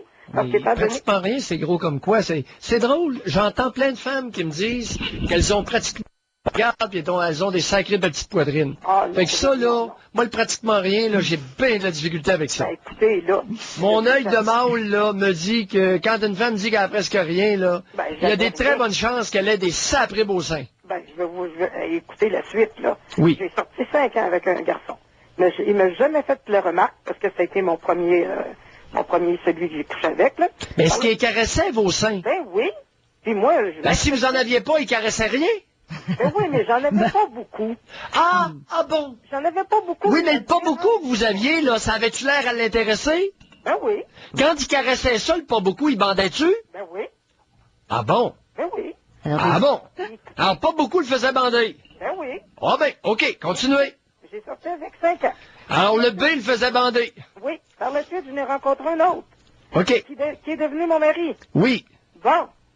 Puis lui, quand on a fait vie commune, j'ai remarqué qu'il y avait des playboys. Oh! Et là, je me regardais, puis je regardais les playboys. J'ai rien dit. En 82, j'ai eu une... Non, attends, wow, un instant, là. Les nerfs, on se calme. Elle n'a rien dit. Non, attendez. Non, attendez. Le problème n'est pas là. Non. Celui que vous avez rencontré après le premier, oui. Est-ce qu'il caressait vos baies? Oui. Est-ce qu'il bandait sur vos seins? Il n'a jamais fait de remarques sur mes... Non, c'est pas ça que je vous demande. C'est quoi? Je vous demande s'il les caressait puis si ça l'excitait. Oui. Il caressait vos seins puis il bandait. Oui.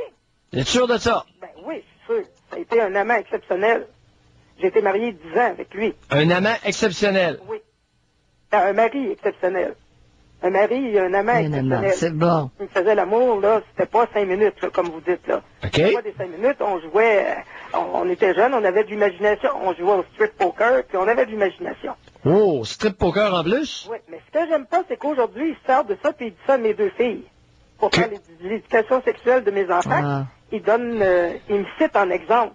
Parce que l'autre fois, ma fille me dit, t'as fait ça avec papa? Là, j'ai pas aimé ça, mais c'est pas là que je veux en venir. Je suis en train de bifurquer, là. Je veux pas m'éloigner. Non, vous vous éloignez. Bon, en 82, je lui ai donné une fille. Pardon? Je lui ai donné une fille. Vous êtes allé au magasin, il avait acheté une chinoise, puis il avait donné ça? Ben non, je lui ai mis au monde. J'ai eu une césarienne. Non, mais écoutez, Daniel, vous avez quel âge? J'ai 48 ans. Mais oui, c'est quoi cette façon-là de parler? C'est gênant, je lui ai donné une fille. Pensez-vous qu'il avait donné une fille? Non, mais je veux dire, j'ai eu... C'est quoi? C'est des façons... En tout cas, continuez, mais voyons donc. Je lui ai donné une fille.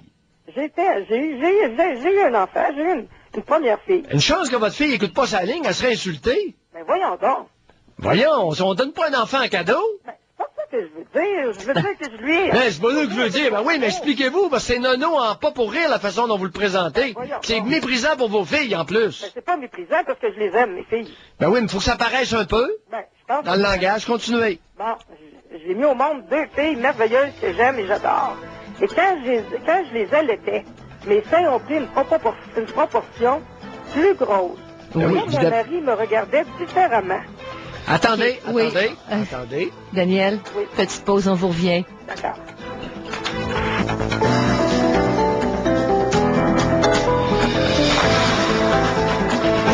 OK, alors on parle de l'acceptation de notre corps. On continue avec Daniel. Daniel, vous dites que vous allaitez votre premier bébé, les seins prennent beaucoup de volume. Est-ce que Daniel est encore avec nous?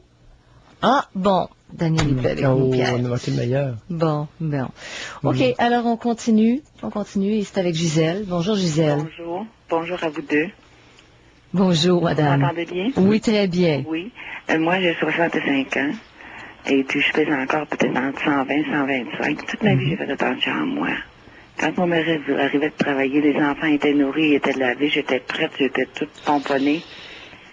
Puis, j'ai jamais eu de problème. Notre vie était simple. Nos relations, c'était... Voyez-vous... Je me suis sentie comme une reine toute ma vie. Attends, votre prénom est... Gisèle.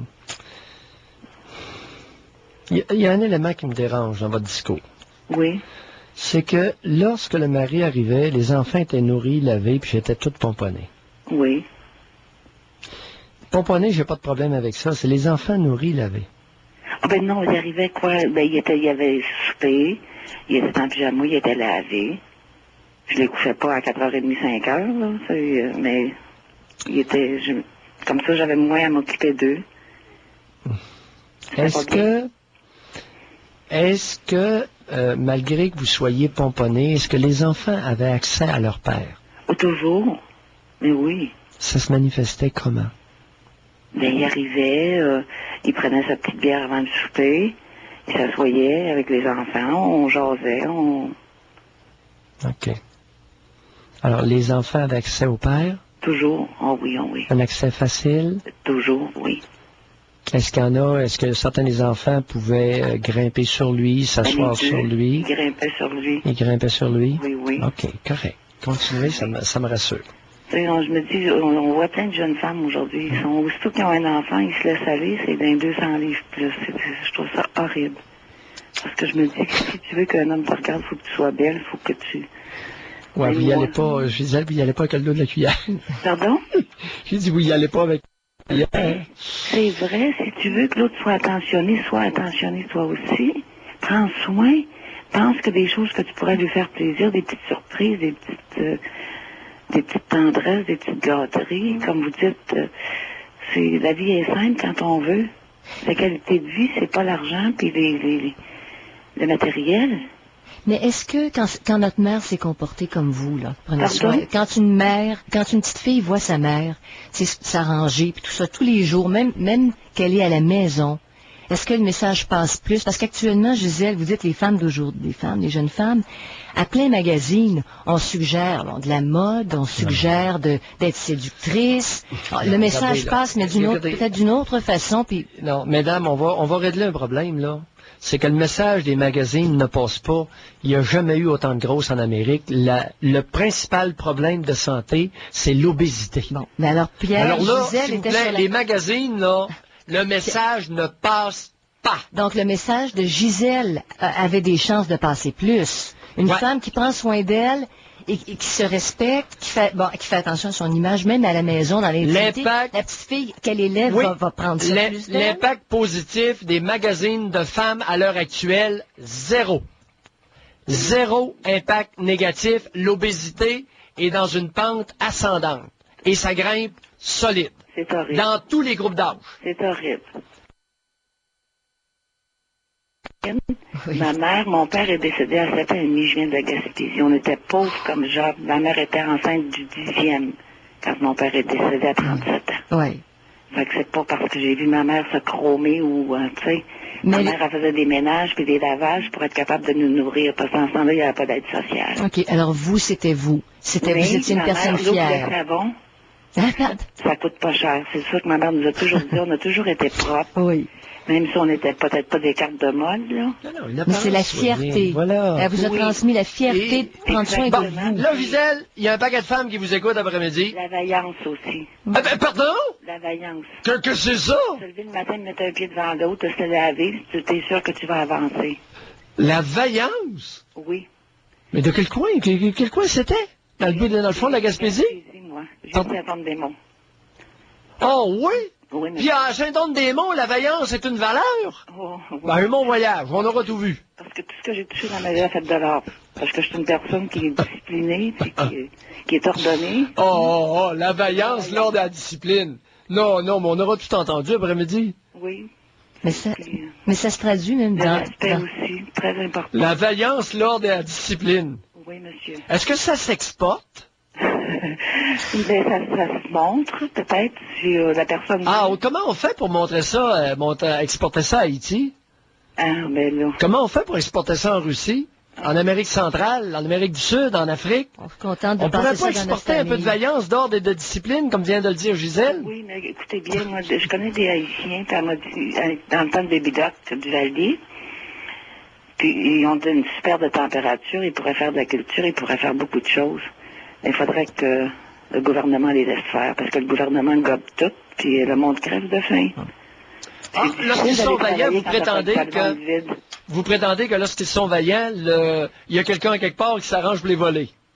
Alors, d'où l'absence de vaillance. Donc, on reçoit deux messages de Gisèle. Revenons à nos moutons. Pour être capable de travailler. Donc, pardon? Ça prend de l'ouvrage pour être capable de travailler. Oui, mais Ici, au Québec, ça prend de la on a vaillance, l'ouvrage. ça trouver de l'ouvrage, vous le savez très bien, n'est-ce pas? Pardon? Ça prend de la vaillance pour ça trouver de l'ouvrage. Ben là, quand on veut, on peut. Donc, Savez-vous fierté qu'est-ce qui est et arrivé? vaillance. Oui.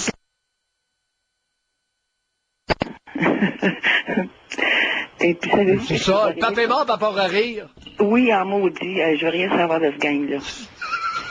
En tout cas, non. Savez-vous qu'est-ce qui est arrivé? Moi, en Gaspésie, on a été très magasés par la religion catholique. Utilisez nos ondes pour profaner des propos Non, obscènes. la première fois que je vous ai écouté, Doc, vous m'avez assez fait penser à mon conjoint que j'étais 41 ans avec. Excusez un moment. Qu'est-ce qu'il y a, Atuman? Pierre Daniel est revenu. Hein. Je voudrais juste mentionner ça. On va la Daniel, reprendre tout de après. suite. Oui, oui. Je m'excuse. Allez-y.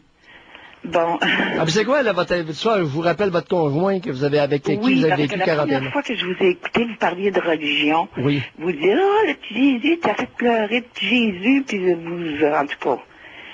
Puis, vous avez dit à la personne, si c'était un homme, vous avez dit en anglais, what did they give you? Sweet fuck all.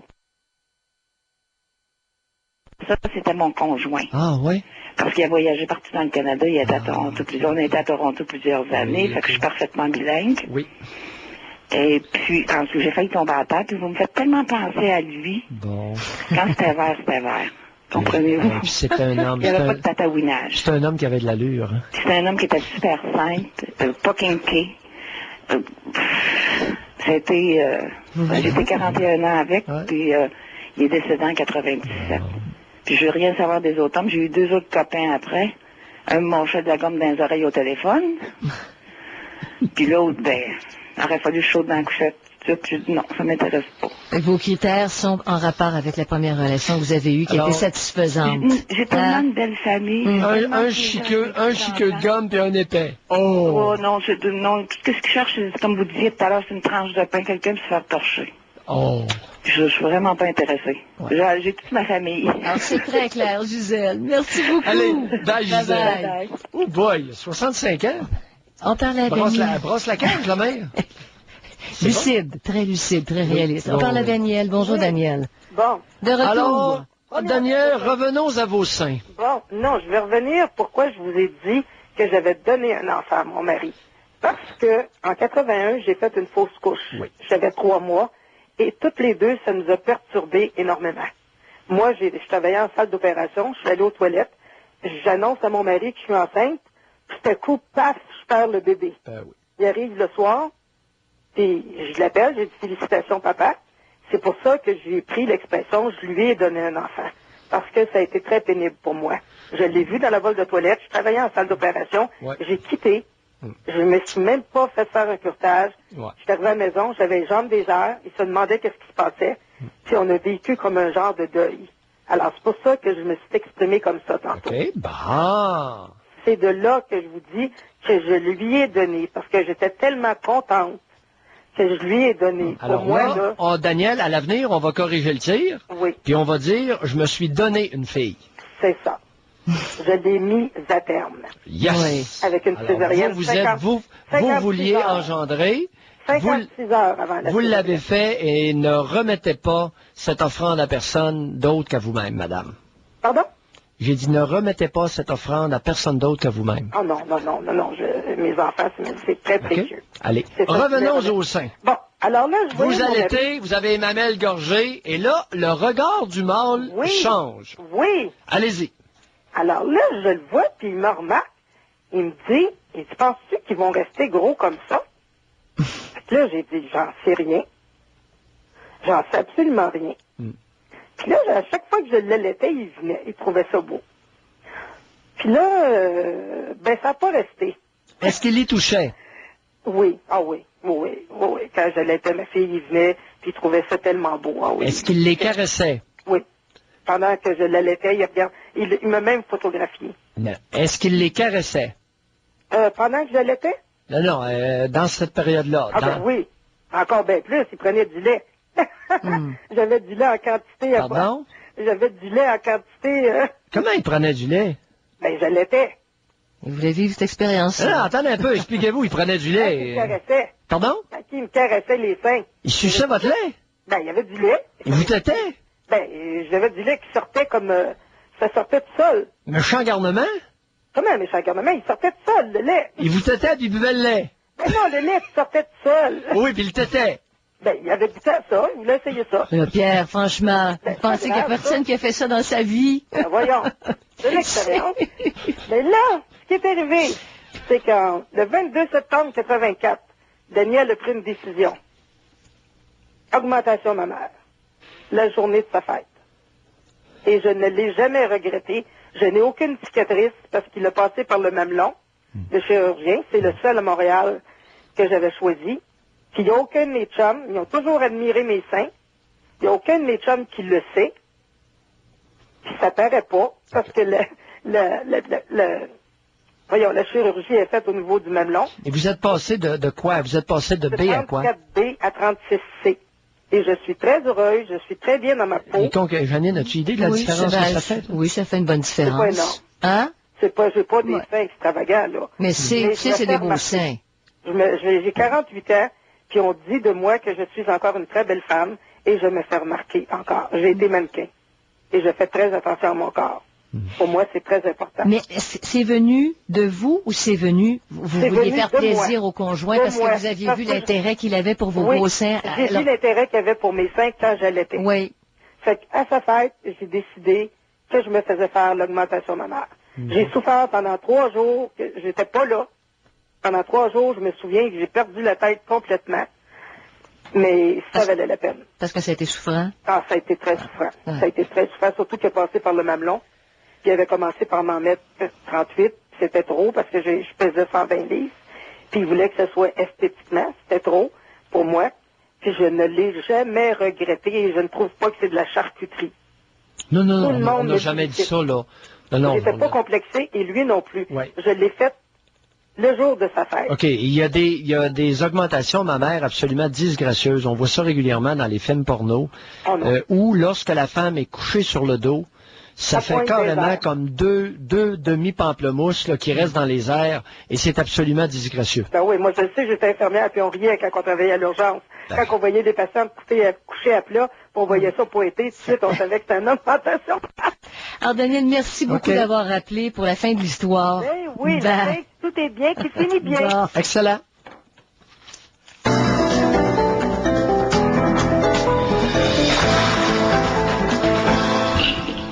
Accepter son corps tel qu'il est. Est-ce que c'est possible? Bon, parce que Pierre, vous avez parlé, on accepte son corps dans la mesure où les autres acceptent notre corps. Moi, je dis, est-ce qu'on peut aller plus loin? Est-ce qu'on pourrait faire ce cheminement-là personnel? Vous dites que c'est difficile de le faire. Tu sais, il y en a qui vont aller très loin, jusqu'à des charcuteries. Daniel l'a bien vécu. Mais il y en a d'autres, ils vont aller à répétition en chirurgie esthétique. Ça tourne mal, il y a des souffrances. Parfois, c'est des beaux résultats, mais OK, tout ça pour se faire accepter. Pour faire accepter son corps aux autres. Pas ses idées, pas ce qu'on est, son corps. Alors, on parle à France. Bonjour, France. Bonjour. Bonjour, France. Moi, c'est que... quand j'avais 20 ans, je mesure 5 et 6. Je faisais du 36, 24, 36, ce qui a beaucoup changé. Je suis au téléphone. Ce qui arrive, c'est que j'ai accouché à l'âge de 21 ans. Après mon accouchement, mettons, c'est mon ventre qui n'est pas revenu en place. On parle beaucoup des seins, là, mais il n'y a pas juste ça qu'on doit accepter de notre corps aussi, hein. Oui, vous avez raison, France. Oui, fait que, après, je me suis mise à engraisser, mais... Vous savez, France, là, votre histoire de ventre qui n'est pas revenue en place, là... Oui. Excuse, la bédaine, elle reprend tout le temps sa place. C'est pas vrai, ça. Ah non? Pierre, il y a une qualité de peau dans certains corps. Non. C'est la graisse. C'est la graisse qui s'est accumulée là. Vous avez pris trop de poids. À 21 ans, il y en a. Oui, c'est vrai que pendant ma grossesse, j'ai pris beaucoup de poids. Combien? 80 livres? En tout, je pourrais pas dire parce que moi, ma grossesse, ça a été spécial. Je l'ai su, j'avais 4 mois et demi. Oui. J'ai été suivie seulement que par des échos. Oui, mais vous avez pris combien de poids pendant votre grossesse? Je sais pas, mais Ben il y a oui. une semaine, entre autres, que j'avais pris des livres dans ma semaine. Ben oui, 10 livres d'une semaine. Oui. Ça, c'est juste un exemple. Imagine la somme du poids pris. Ben oui. La peau, les muscles reviennent. Non, les rapidement. peaux, la peau, les muscles, ça revient rapidement pour Il y a ça. des femmes qui font des vergetures, elles n'ont pas la peau élastique. Ben oui, Ça mais il revient peut pas, demeurer ça. quelques petites vergetures. Ben oui. Ben oui. Dans certains cas, c'est Et plus la important. bedaine ne traîne pas ses genoux, je regrette, là. Les muscles, là, ils reprennent leur place, puis rapidement. Et dans les mois qui suivent, simplement avec une reprise graduelle du poids normal, un peu d'exercice, puis toutes les bedaines se raffermissent. Je regrette, là, ça, là. Mais comment vous expliquez qu'il y a autant de femmes que le ventre leur descend, qu'il y a eu des grossesses ou pas? La graisse, Mais pourquoi que c'est toute là qu'elle s'en va? l'excès de graisse. Pourquoi c'est toute là qu'elle s'en Parce va? que la nature a voulu ça comme ça. C'est pas de la faute de personne. On va mettre ça sur le dos de la gravité, tiens. Bon. Hein? C'est de la graisse. Ah, OK. Et mais- blâmons pas les muscles, c'est de la graisse. Quand il y a 20 livres de graisse sur le ventre, ça pend. C'est vrai que j'ai engraissé, mais contrairement à ce que... Alors, vous voulez en venir où, là? Pourquoi vous appelez après-midi, France? Contrairement à ce que plusieurs pensent, les personnes grasses ou obèses sont pas nécessairement des personnes paresseuses.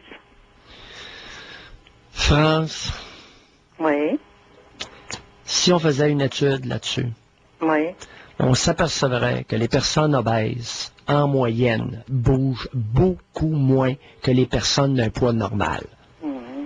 L'obésité, madame, c'est un handicap physique, social et sanitaire de santé.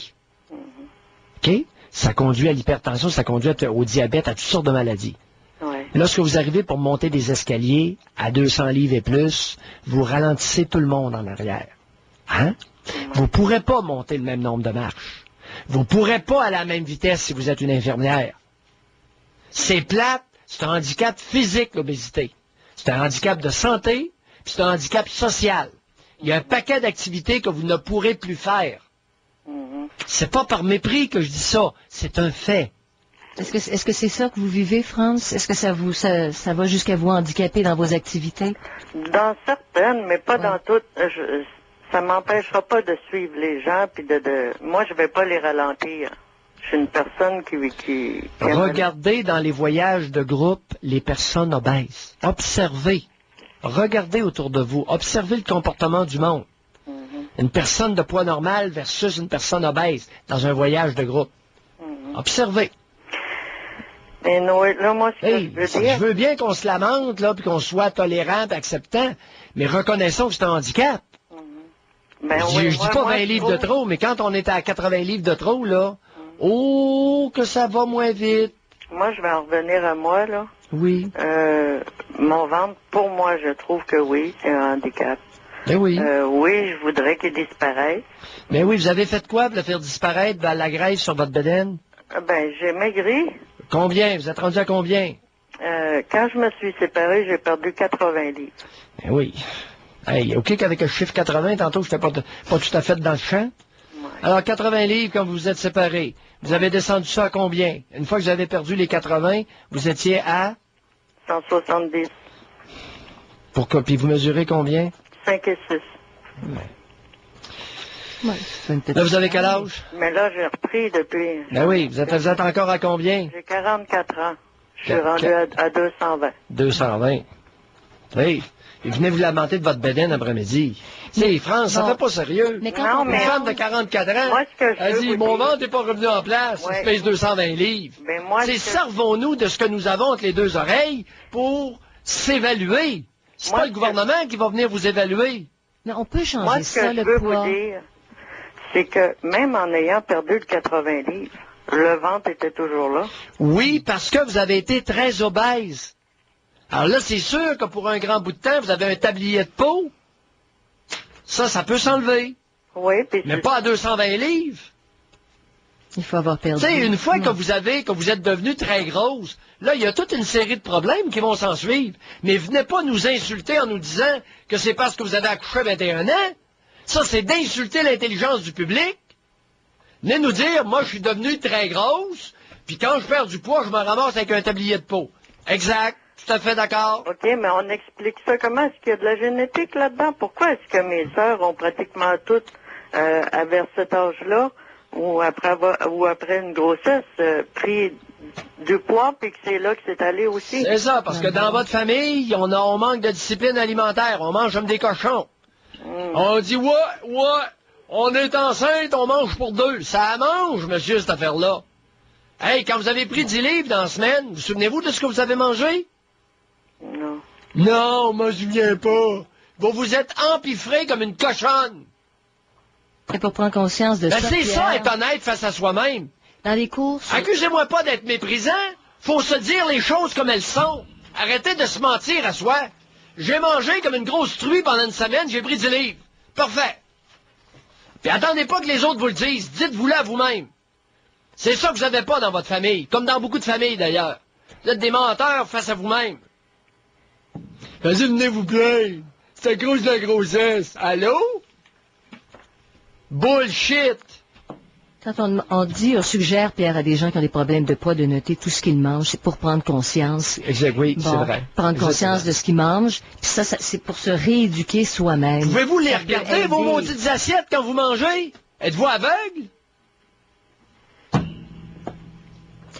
Mais entre je vais assez souvent dans des buffets, Janine, j'en ai plein le casse de ça. Des personnes qui nous appellent, puis je mange comme un oiseau. Je vais dans des buffets depuis quelques années. Ça n'a pas de maudit bon sens comme le monde mange comme des cochons. Sacrément, les gars dans le chantier mangent même pas comme ça. Bon. Alors, prendre écoute, je conscience sais qu'est-ce que c'est qu'une alimentation de chantier. Les gars s'habituent à la journée longue, puis ça mange moins que des buffets. Le mensonge à soi, là, c'est bien de valeur. Appelez aux autres tribunes pour mentir. Moi, vous me ferez pas coller ces histoires-là. Alors, quand on parle d'acceptation de soi, Pierre, OK, et qu'on souffre, par exemple, d'une maladie chronique, on a un gros débalancement hormonal, qu'on fait de l'embonpoint, ça s'appelle, faut l'accepter. Mais on peut pas, quand on peut changer, c'est pas une question d'acceptation, on peut changer. Hey. On accepte ce qu'on ne peut pas changer, non? Tu acceptes de ton corps ce que tu peux pas changer. Et si tu peux... Janine, c'est le mensonge à soi qui me dépasse dans tout ça. Je te le dis, je vais dans des buffets, ça n'a pas de bon sens. C'est que dans il y a un repas, il y a un festin le soir. Le déjeuner du lendemain matin, c'est scandaleux. Hey, des femmes, là, 2 œufs, bacon, patates rissolées, 2 toasts, 2 grosses rôties, monsieur, un pouce de paix, la confiture. Hey, allô? Ça vient de loin, ça, Pierre. C'est que ça a été revalorisé dans la famille quand t'es élevé. Puis la nourriture, c'est la seule valorisation. Hey, on peut remonter très loin là, à toutes ces habitudes alimentaires-là. Avez-vous fait l'essai de la technologie HD ILA à projection arrière? C'est un cinéma maison de qualité haute définition très perfectionné. La technologie HD ILA exclusive à JVC de 3 microprocesseurs reproduit les détails, les contrastes et les couleurs de façon incroyable. Il faut le voir pour le croire. Le système HD ILA comprend la technologie exclusive de 4e génération de démultiplication numérique de l'image JVC qui convertit sans problème toute source vidéo pour donner une image très proche de celle d'un film. La technologie de gestion en 5 étapes des couleurs de JVC règle chaque couleur séparément pour obtenir les couleurs les plus vivantes qui soient. Toute cette technologie est disponible dans des téléviseurs minces et élégants de 52, 56, 61 ou 70 pouces. Les téléviseurs à projection arrière HD ILA de JVC sont la nouvelle norme. Alors, on va tout de suite à l'appel d'Éric. Bonjour, Éric. Vous êtes le premier homme aujourd'hui à nous appeler. Bonjour, Éric. Bonjour, Janine. Bonjour, Dr. Mayou. Je suis Éric Charbonneau de Sherbrooke. Moi, j'appelle, dans le fond, là, j'ai des problèmes. Au niveau physique, là, je suis assez... je suis privilégié, là. J'ai fait attention à ma santé et tout ça. Là. Je pèse 170 livres. Je mesure 5 pieds 10, là. Mais... c'est plus au niveau psychologique que j'ai de la difficulté parce que je bande difficilement ou je bande pas pantoute. Vous avez quel âge? J'ai 38 ans. 38 ans? J'ai été abusé. J'ai écrit d'ailleurs dernièrement là, un email. J'ai été abusé à l'âge de 7 ans. J'ai vécu de la violence verbal quand j'étais plus jeune aussi. Mm-hmm. Fait que, puis je suis tombé dans la cocaïne, dans des difficultés. Là. Mm-hmm. Puis la fille avec ça, j'ai fait ça. Je m'en suis sorti, ça fait presque 6-8 mois, là, tu sais, je suis encore en thérapie. Qu'est-ce que vous voulez dire, j'ai fait ça? Ben, j'ai tombé dans ce vice-là, là. C'est-à-dire? La pornographie avec la cocaïne, puis tout ça.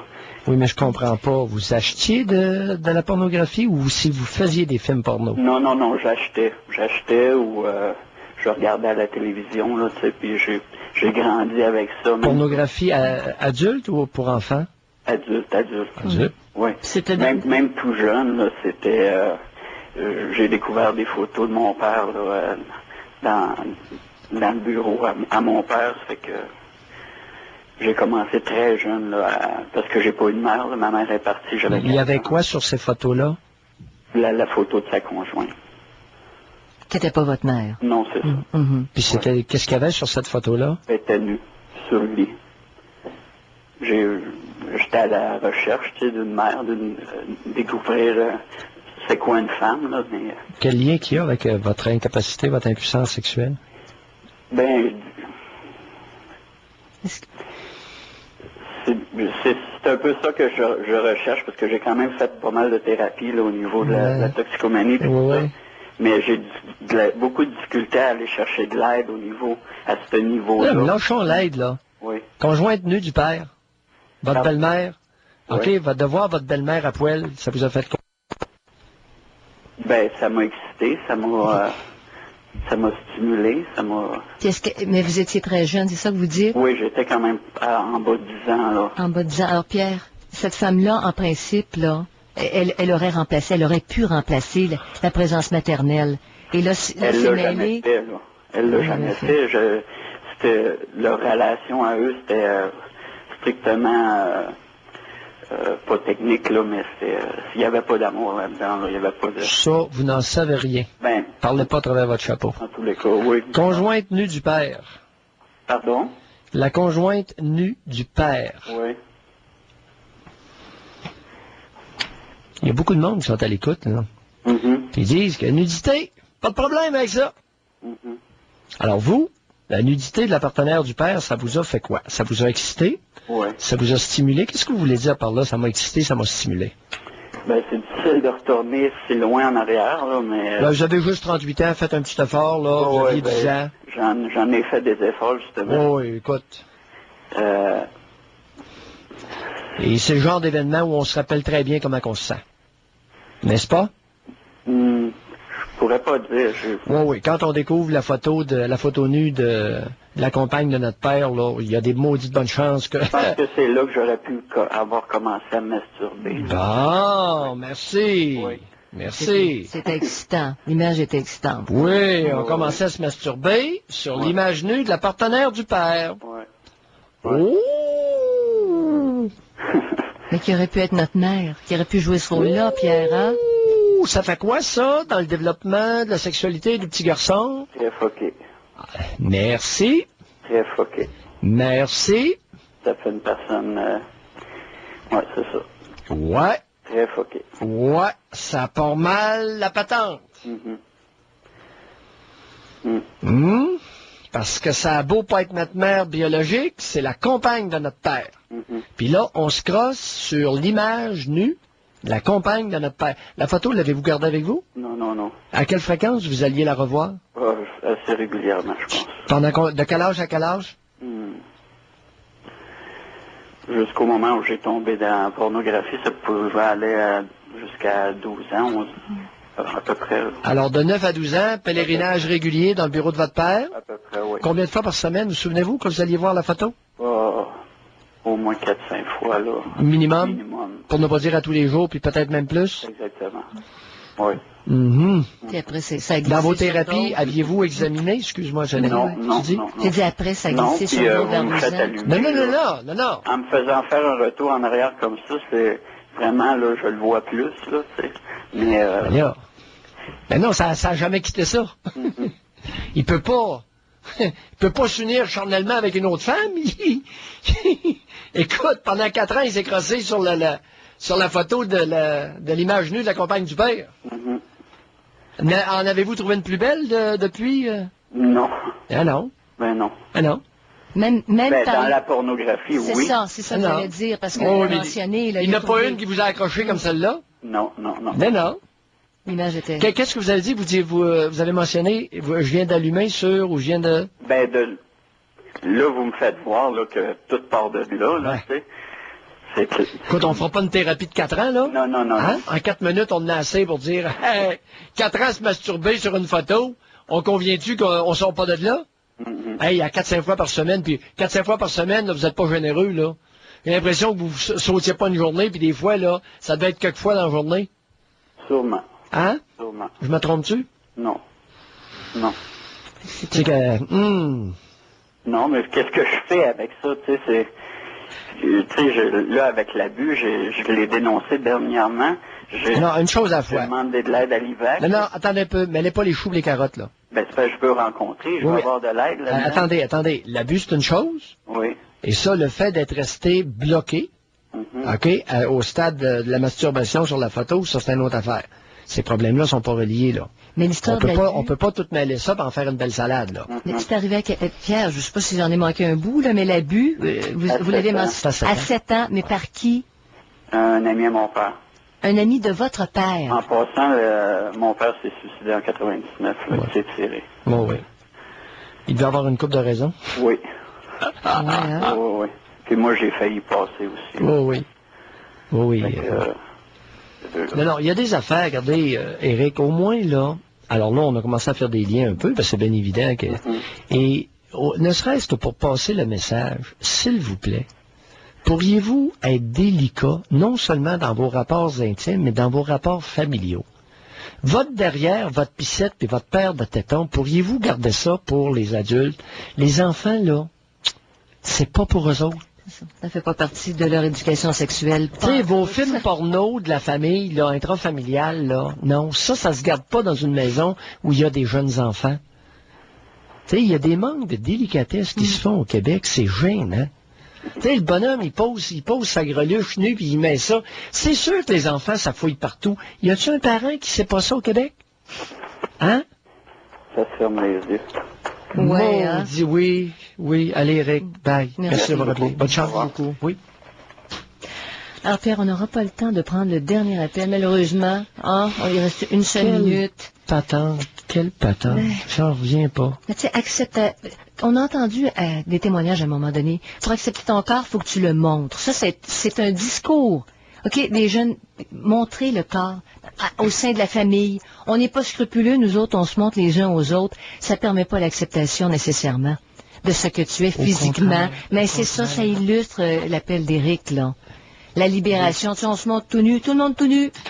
Tout le monde tout nu. Les enfants, les parents, tout le monde. Les clubs échangés entre adultes, j'ai pas de problème avec ça. Est-ce qu'on pourrait laisser les enfants tranquilles avec ça?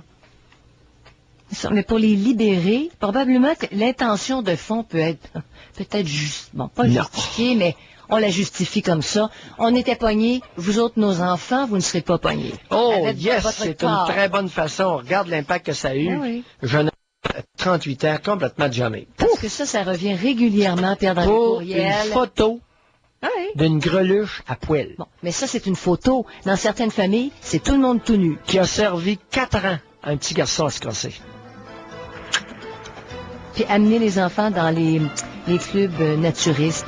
La question nous est posée régulièrement, les petits garçons de 10, 11, 12 ans. Est-ce qu'on les amène là? Est-ce que ça peut avoir un impact sur leur vie sexuelle plus tard? Ça va dans le même... Oui, bye bye. À demain.